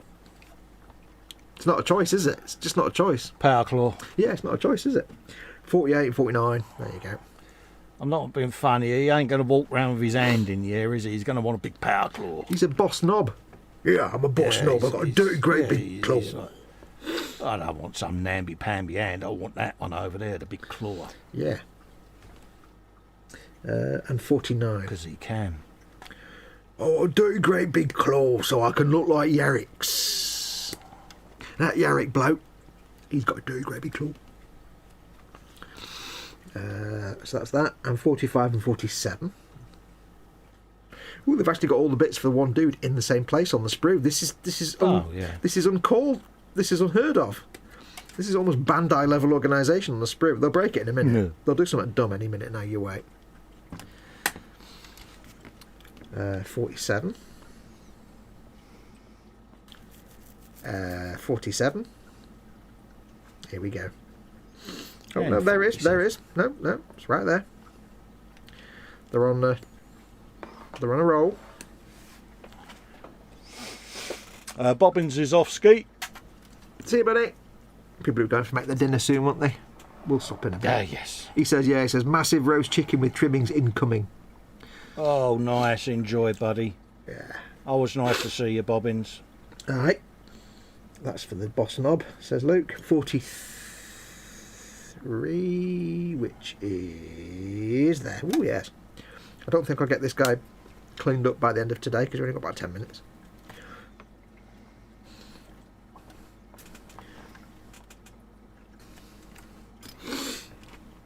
Unfortunately, and I have to admit this, I hate to admit this, all I've got in my head is, because it's a boss knob, all I can hear in my head is Boss Nass doing his Jar Jar Binks deep Brian Blessed voice. Me's are glad I do it. Oh, goddamn boss Star Wars nonsense. Ah. And there was me thinking that you was thinking of your squig off. Well, I'm thinking of that as well. It's like, it's such a shame So that... you're teasing me about Forgewell. Yeah. But I know deep down you're going to buy that. That's what I said. It's like I tried to get you with the rocket launcher of teasing, but unfortunately I got hit by my own splash damage. Yeah. Yeah, that's all the bits for the Boss Nass. Boss Knob. Oh, God. Yeah. Boss Nass my ass. Wait, what's the hole in his chest for? Why is there a hole in his chest? I don't understand. I'm sure I'll find out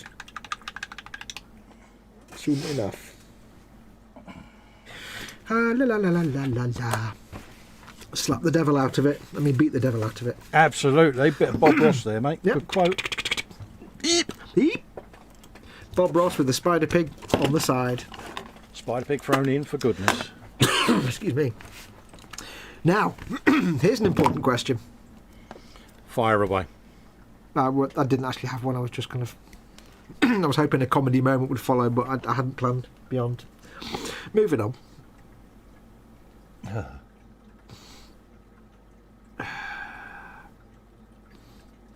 Here's an important question. What is an occasional table the rest of the time? Is this the questions that keep Foxx awake at night? Like, hang on, I need to clear my throat.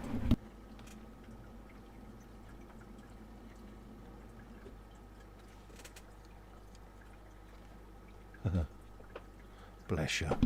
Oh, yes, the questions that keep me up at night, like how do ducks work and what if they do dig the patio up? Yeah. Sorry, I had to clear my throat there. I had half a ton of death in it or something. Doo-doo-doo-doo-doo-doo. Well, there was a thing in the 80s, wasn't there? A trend in soap operas to have like people buried under patios. Yeah. I wonder how many people in the 1980s suddenly got a bit of cold sweat when people started showing buried bodies under patios in soap operas. Like, oh, crap. It was the thing, though, wasn't it? I thought that was an original idea. Oh, gonna have to get a digger. Yeah. Doing your patio, John? Yes, we only did it last year. Yes, I know, for the reasons. Yeah. If there was There a may worm, be there's a worm or something. reasons for this behaviour. Yeah. Do you watch EastEnders? No, good. No. Do you watch Brookside? No, good. No, it's sacrilege, EastEnders. Sacrilege. Could never stand it. I don't do soap operas. They're asinine nonsense. No. It's drivel for simple people. I can't believe there are magazines about soap operas. I mean, God, if... Oh. There are still people out there that probably think it's real. It's like people that actually buy magazines about soap operas and soap actors. It's like, really? How... Oh. What is the reason for your existence? Yeah, but a lot of them, their life is a soap opera, isn't it? You know, it's led on social media. It's I used to work with a few women years back who, like, all they ever talked about was like this soap star did that and this soap star did that and he's got her. Like, not only would they talk about characters in the soaps, but they'd also talk about the actors and actresses like it was something important. Oh, he said this in this interview. It's like, really? Just vapid, empty people. It does make you wonder, doesn't it? Yeah. It's like, what? Yeah. It's like, why? All the things to be interested in. You should be making little plastic men. It's far more important. Clearly. Honestly, just nonsense. La, la, la. Fox, you could call it a jar squigoth. That's not helping. I mean, that is helping. That's making me not want to buy one now. So, yeah.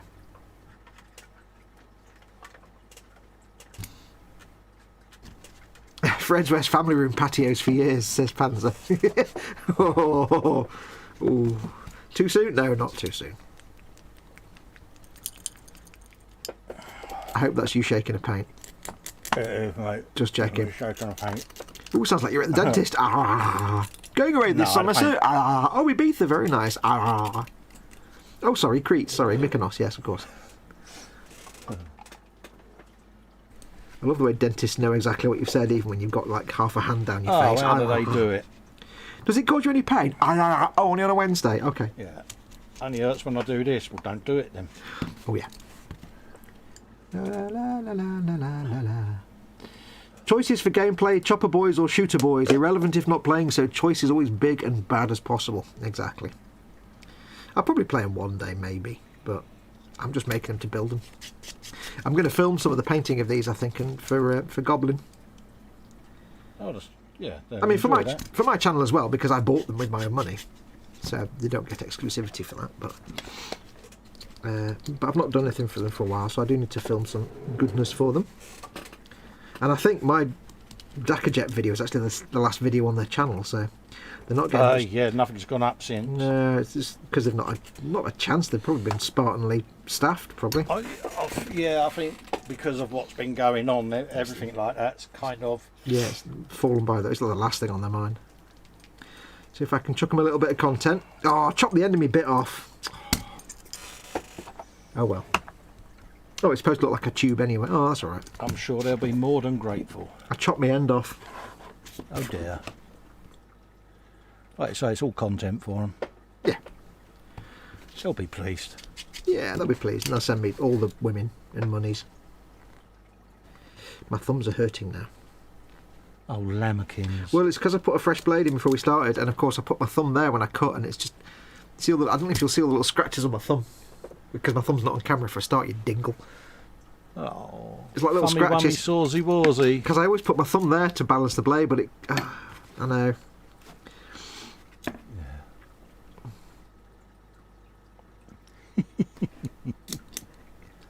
Oh dear, bless you. I don't know.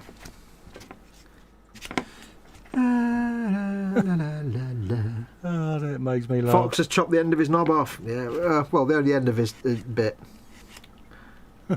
Luckily, it's just the end of a big, dirty, great big power axe, so I can. It's not a problem.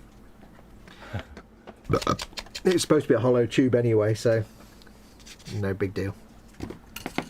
No one will ever know what happened because no one saw that happen. There aren't at all 29 people watching it at all that just saw it happen. No, not at all. No. No one Anyway, saw a thing. how is everyone? Thank you for joining us. How are you all today? Welcome to Warhammer Sunday. Stop trying to be nice to people in the hope that they don't mock you, Fox. Oh, if they didn't mock me, I wouldn't have a business, would I? I've actually got a business plan, and part of it is being mocked mercilessly by people that give me money.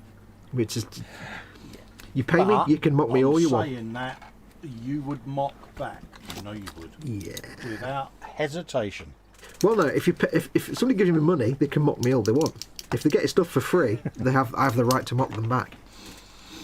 Like patrons and members get to mock me endlessly, regardless, and I can't do anything about that because they're paying for the privilege.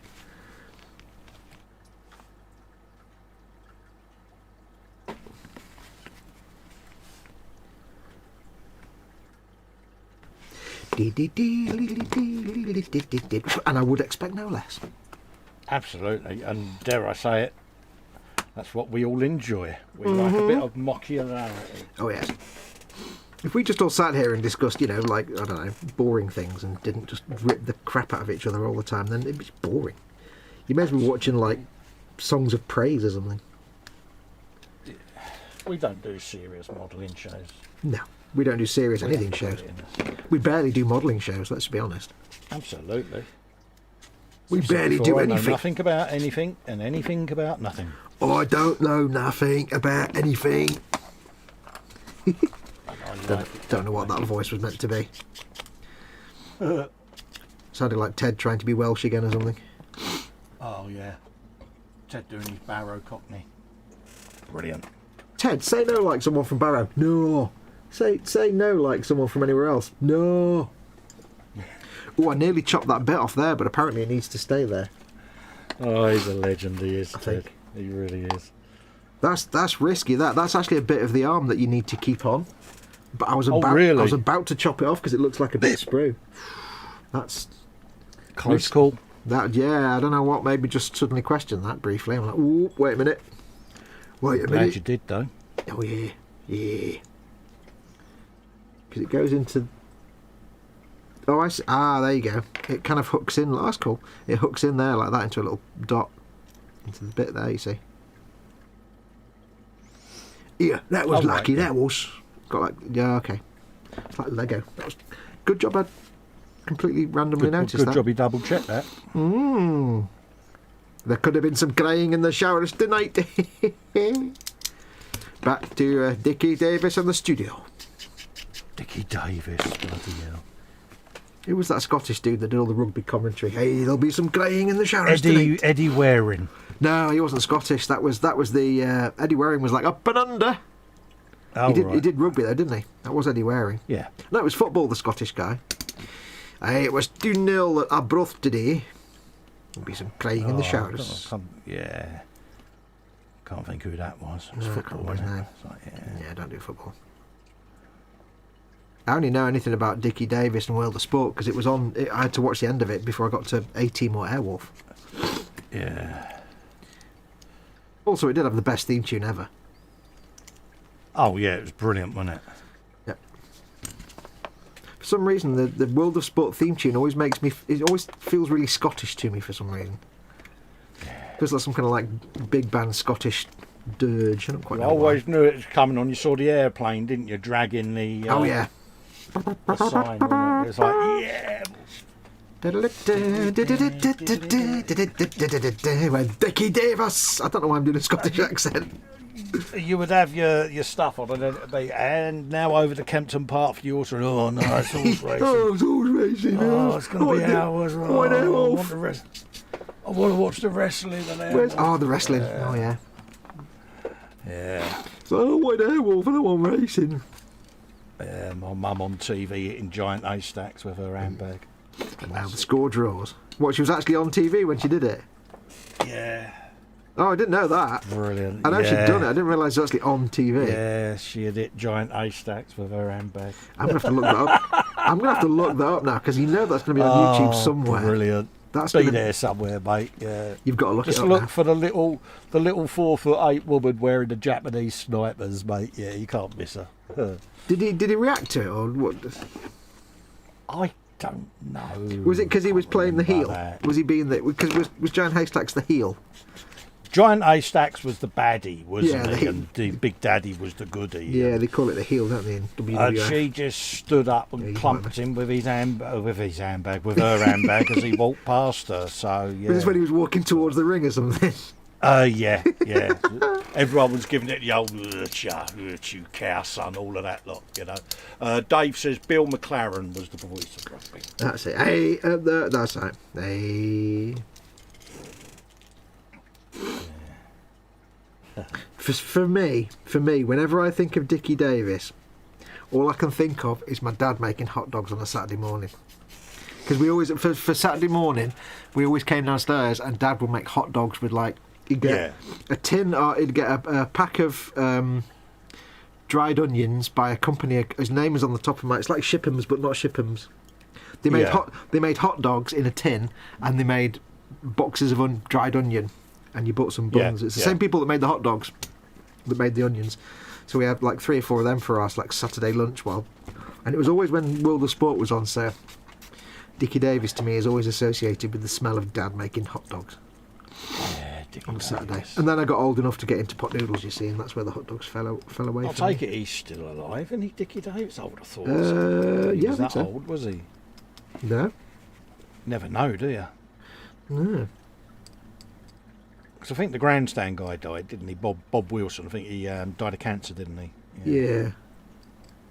I saw a Is photograph Frank of... Boff still alive? No, he's long gone. I saw a photograph of Frank Boff. Bizarrely, you know when you go on and Google a Wikipedia adventure, Yeah. and you end up going for it. You read something and then you read something and think and go and look that up, and then you look up something else that was in that article, and you start off by looking at Peruvian death snakes in the 19th century, and by the time of it you're looking at the history of cheese in World War II in France. Yeah. Somehow I alighted on an article about Frank Boff, and it had a picture of Frank Boff on grandstand in like 1974. And it's like, Frank Boff, age 30, presenting grandstand. I was like, God, he looks like about 70. What? He was like bald and looked old, and he was only about 30, 25, 30. I was like, what? Man, he looked old. What are you typing now? I'm just ordering that thing from Forge World for you on your account. Can you order it through Goblin Gaming and get me 1 billion points on your account? No, I just, Oh God, imagine if Goblin did Forge World. Oh, Jesus Christ. No, please don't go there. They don't. You can't buy Forge World anywhere apart from Forge World.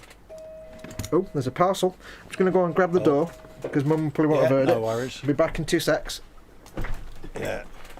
Retro Rabbit is saying, oh, Davis, apparently, according to Hugh, is 88. Bloody hell.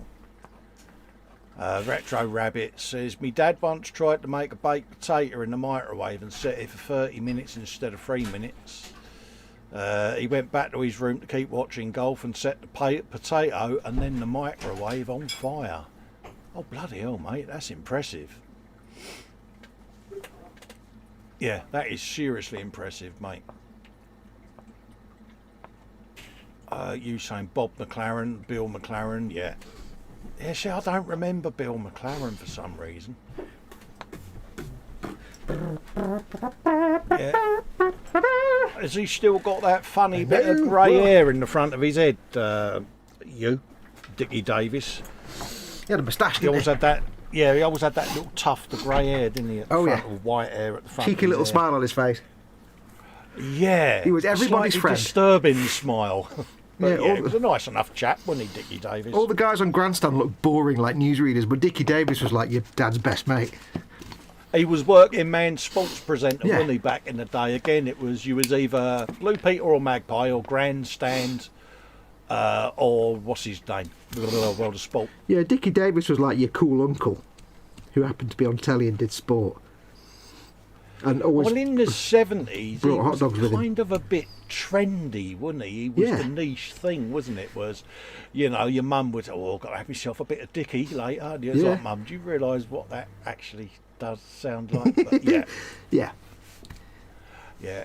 Whereas, the BBC guys were like, and hello, here is the sport. Oh, yeah. Boring. They'd be doing that bit, wouldn't they, where you'd get the two old bids chatting in the garden with a tea towel over their arm, and it'd be, oh, got to go, me Dickie's on the telly, and off she goes scuttling in there. Go and watch me a bit of Dickie. Yeah. Get me Saturday Dickie. I used to go, what is she on about? Yeah, Dickie Davis, World of Sport, isn't it? Where are we? Rabbit, I don't know if you read this. Rabbit says about his dad making a baked potato. Yeah, I read that, yeah. Okay. Yeah, that's up there, mate, with my 8.5 minute burger, mate. I'm impressed. Anything with Is the he word also banned from white appliances? Yeah, anything with the word potato in it by default is good, because potato's a great word. Oh, yeah. And there is a branch of philosophy that's quite simple to if you struggle with any basic complicated philosophical concepts. My favourite one is a certain branch of dualism, which simply states that you can describe the world thus: everything in the universe is either a potato or not a potato. Yeah. That's my kind of dualistic view of the universe. Sounds plausible. Because you can't. It's correct. It's not wrong. Because if it's a potato, what is it? It's a potato. Yeah. But what if it's not a potato? Well, then it's not a potato. No, that's right. But what if it is a potato? Well, then it's a potato.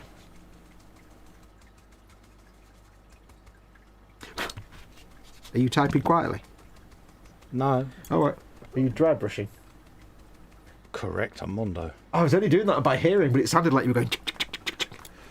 Yeah, you've got ears like a shithouse. No, I daren't move, mate, in case I make a noise. You should make a noise. It'd be funny if you did a pop or something.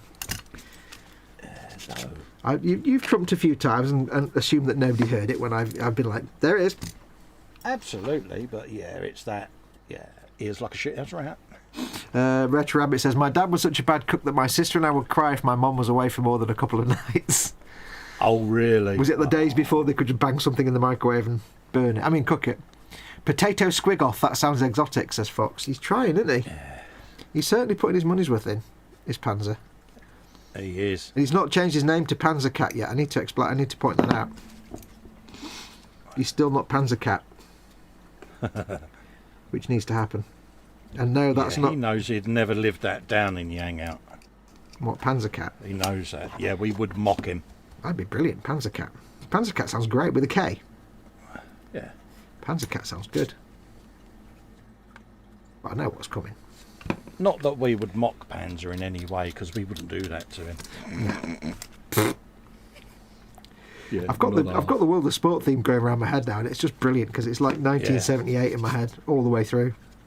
Proper earworm, innit? Oh yeah. It just, I don't know why, it just sounds Scottish.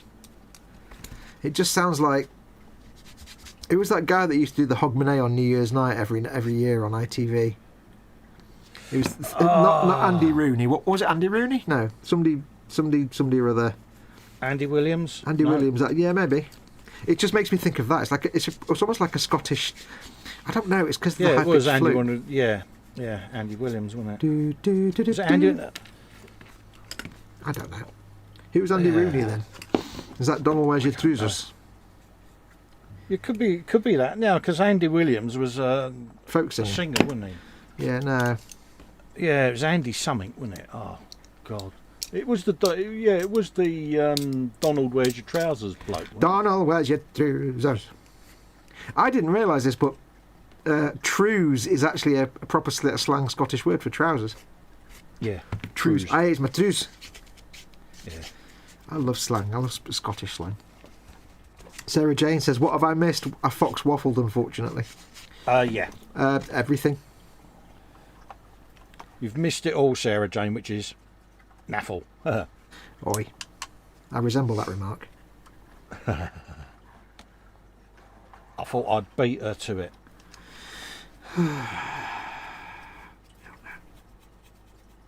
Honestly, I command no respect from any of you, do I?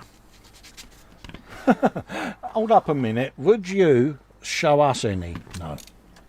It's not relevant. You know this. That's not an You know important... this is the order of things. It's not an important part of the conversation. Whataboutism holds no sway here. Donald, where's your trousers? Trying to think what his name was. Andy. Oh God. Was it Rooney? It can't be Rooney. Andy Rooney. Something's Hogmanay. Yeah. Come on, somebody in chat must know, watching must have known. 1970s and 80s. Or you will know. Yeah, 1970s or 80s, Scottish. It was always on, I think, ITV. It was like somebody's other Hogmanay, and instead of like the BBC. Was he the black-haired fella? The skinny little fella with the black hair? I can't remember. He always wore really horrible checked suits. Yeah, right, sort of really, yeah. It was in the days before all the Hogmanay crap on Channel 4 with that annoying piano player. It was ITV's version of the New Year's Eve.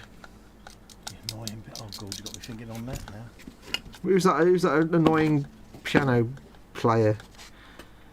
Jules Holland, that's the one. Can't stand that guy. Oh yeah, Jules Holland, ex-Squeeze pianist. Yeah. Oh, Andy no, Cameron. Andy Stewart. Andy Stewart. That's it. Andy Stewart. Yeah. Andy Stewart. Yeah, Andy Stewart's That was it. Yeah, Andy Williams was the bloke who was always on Des O'Connor, wasn't it? Yeah. Andy Stewart. Yeah, Andy Stewart, that was it. Little thin fella with the black hair. Ah, yeah. Andy Stewart's I don't know what that accent was. I don't know. You went all Texan on me then. Hey, yeah. Hi, yeah, it's like Texan. You went all Texan kung fu then. Yeah, it was a bit rodeo, wasn't it? Sweet boy. I don't know where you just went. Get out more. But that wasn't Scottish. Yeah. That wasn't Scottish. Get it in Bampot. No, I'm not particularly good at accents. Yeah, dude, it's 6:45. Oh no. I need to go make some dinner and have a great big wee and stuff. Yeah, I've been sat at the bench a bit too long. Yeah, shall we call it a show? Yeah. Okay, let me just put that down there and step away. Right, we're going to call it a show because I need a wee and Colin's been sat there for more than 5 minutes and hasn't even... Did your alarm go off at some point? No, I actually didn't activate it. So when you said to whoever it was earlier on, the alarm is activated, like at the start of the show? The alarm was punched in, but I didn't flick the toggle. I'm going to get Gothorpe to stare at you with the look of shame. Well, you know how it is. You can toggle these things on and off, and yeah. But even after you confirmed, yes, the alarm is on, it's set, and you hadn't... No, I said the alarm has been created, Foxx. Do you know? Bless Do you know? Can't help yourself, can you? You can't help some people. No, you can't. Right, next time you see Colin on live stream, please just nag him to set an alarm and make sure it's set. And people in chat, make sure you all nag him in chat saying, "Is it set? Is it set? Is it set?" Don't say, "Is it safe?" because that's the marathon man. That's different. Is it safe? Yeah, that's totally different. Yeah. Anyway, Spoon, you. I know. Better go and let you go and get some grub and walk around for a bit. Yes, thank you to everyone who's been watching though. We've had a long show today. Thank you for sticking around. I know we started late, but I have to kind of start late sometimes because I'm on a Fox, so what can you do? But thank you very much for watching. I hope you've enjoyed the show today, despite my rants and raves. Don't forget, of course, if you'd like to help support this channel or Colin's channel, you can do both Patreon and, or you can become a member, or you can do both. You can go to patreon.com/modelmakingguru or patreon.com/Festa67's workshop and become a patron. Or you can simply press the join button underneath any of my videos or any of Colin's videos on his channel and become a channel member. You get access to loads of free stuff. You keep these channels alive with your support, and also you get access to the free Zoom hangout and the Facebook group chat. So absolutely. do consider becoming a patron or member if you're not one already. If that's not your thing, don't worry. You can still just like and subscribe and make sure you don't miss out on live content. We will both be back tomorrow for the E-Models Monday show. Because it's Monday tomorrow. Yeah, I forgot about that. Again, another week's gone by and I've filmed nothing, so sorry about that. I'll try and do some more T62, but I do need to get my Macare's Vanquisher on the go painting. So we'll see. I might do a live stream while I'm working on that. I don't know. We'll see. We'll see. I've got to do some paint chipping and stuff, and that's live streamable, so we'll see how it goes. Until then, I will see you tomorrow for the E-Model show, and then hopefully soon after that. Colin, have you got much planned this week? I've got the Wednesday at the bench show, and then it'll be the Friday frolic. Obviously, E-Models on the Monday, innit? But, yeah, Aye. so that's pretty much. I've got a couple of voiceovers to do on some videos, so hopefully I can get them done, and a channel update. Yeah. Boys, you don't do a Monday show anymore, do you? You used to do a Monday show, didn't you? No, I don't do a Monday show no more, mate. Nah. Too much like hard work. Yeah. Too much effort. But yes, anyway, so we'll see you tomorrow regardless for the Monday show. Is there anybody streaming tonight? I don't know who streams on a Sunday now. I think Mike and Sue do, don't they, still? What's that, 8 o'clock, I think? I think so. I don't know, mate. Yeah, Mike and Sue, I think probably 8 o'clock. I think. I can't remember. After that, I can't remember who else does streams. There'll be some. You've got Paul does his daily stuff, Donny Paul Bretland, with the Paul ISM channel every morning. So pop in and tune in on that. Mm-hmm. Oh, I was just thinking about later on tonight. I wasn't doing adverts for everybody, but. No, I just I was just being polite. No, I think it's Mike and Sue, mate. I wouldn't know. I don't know. I don't know who does streams after me on Saturdays and Sundays. I can never remember. Anyway, there'll be something streaming somewhere, so go and watch that. We will see you all tomorrow. But until then, thank you very much as always, Colin, for your co-hostery. No worries, mate. Always my pleasure, you know that. Good man, good man. Now get off your arse and go and walk around a bit. Bad girl. We will see you all tomorrow. Take care of yourselves. Go make something awesome. Go be awesome. Yeah. And until next time. Adios, amoebas. See you later, folks. Take care. My button's hidden. Hang on. Oh.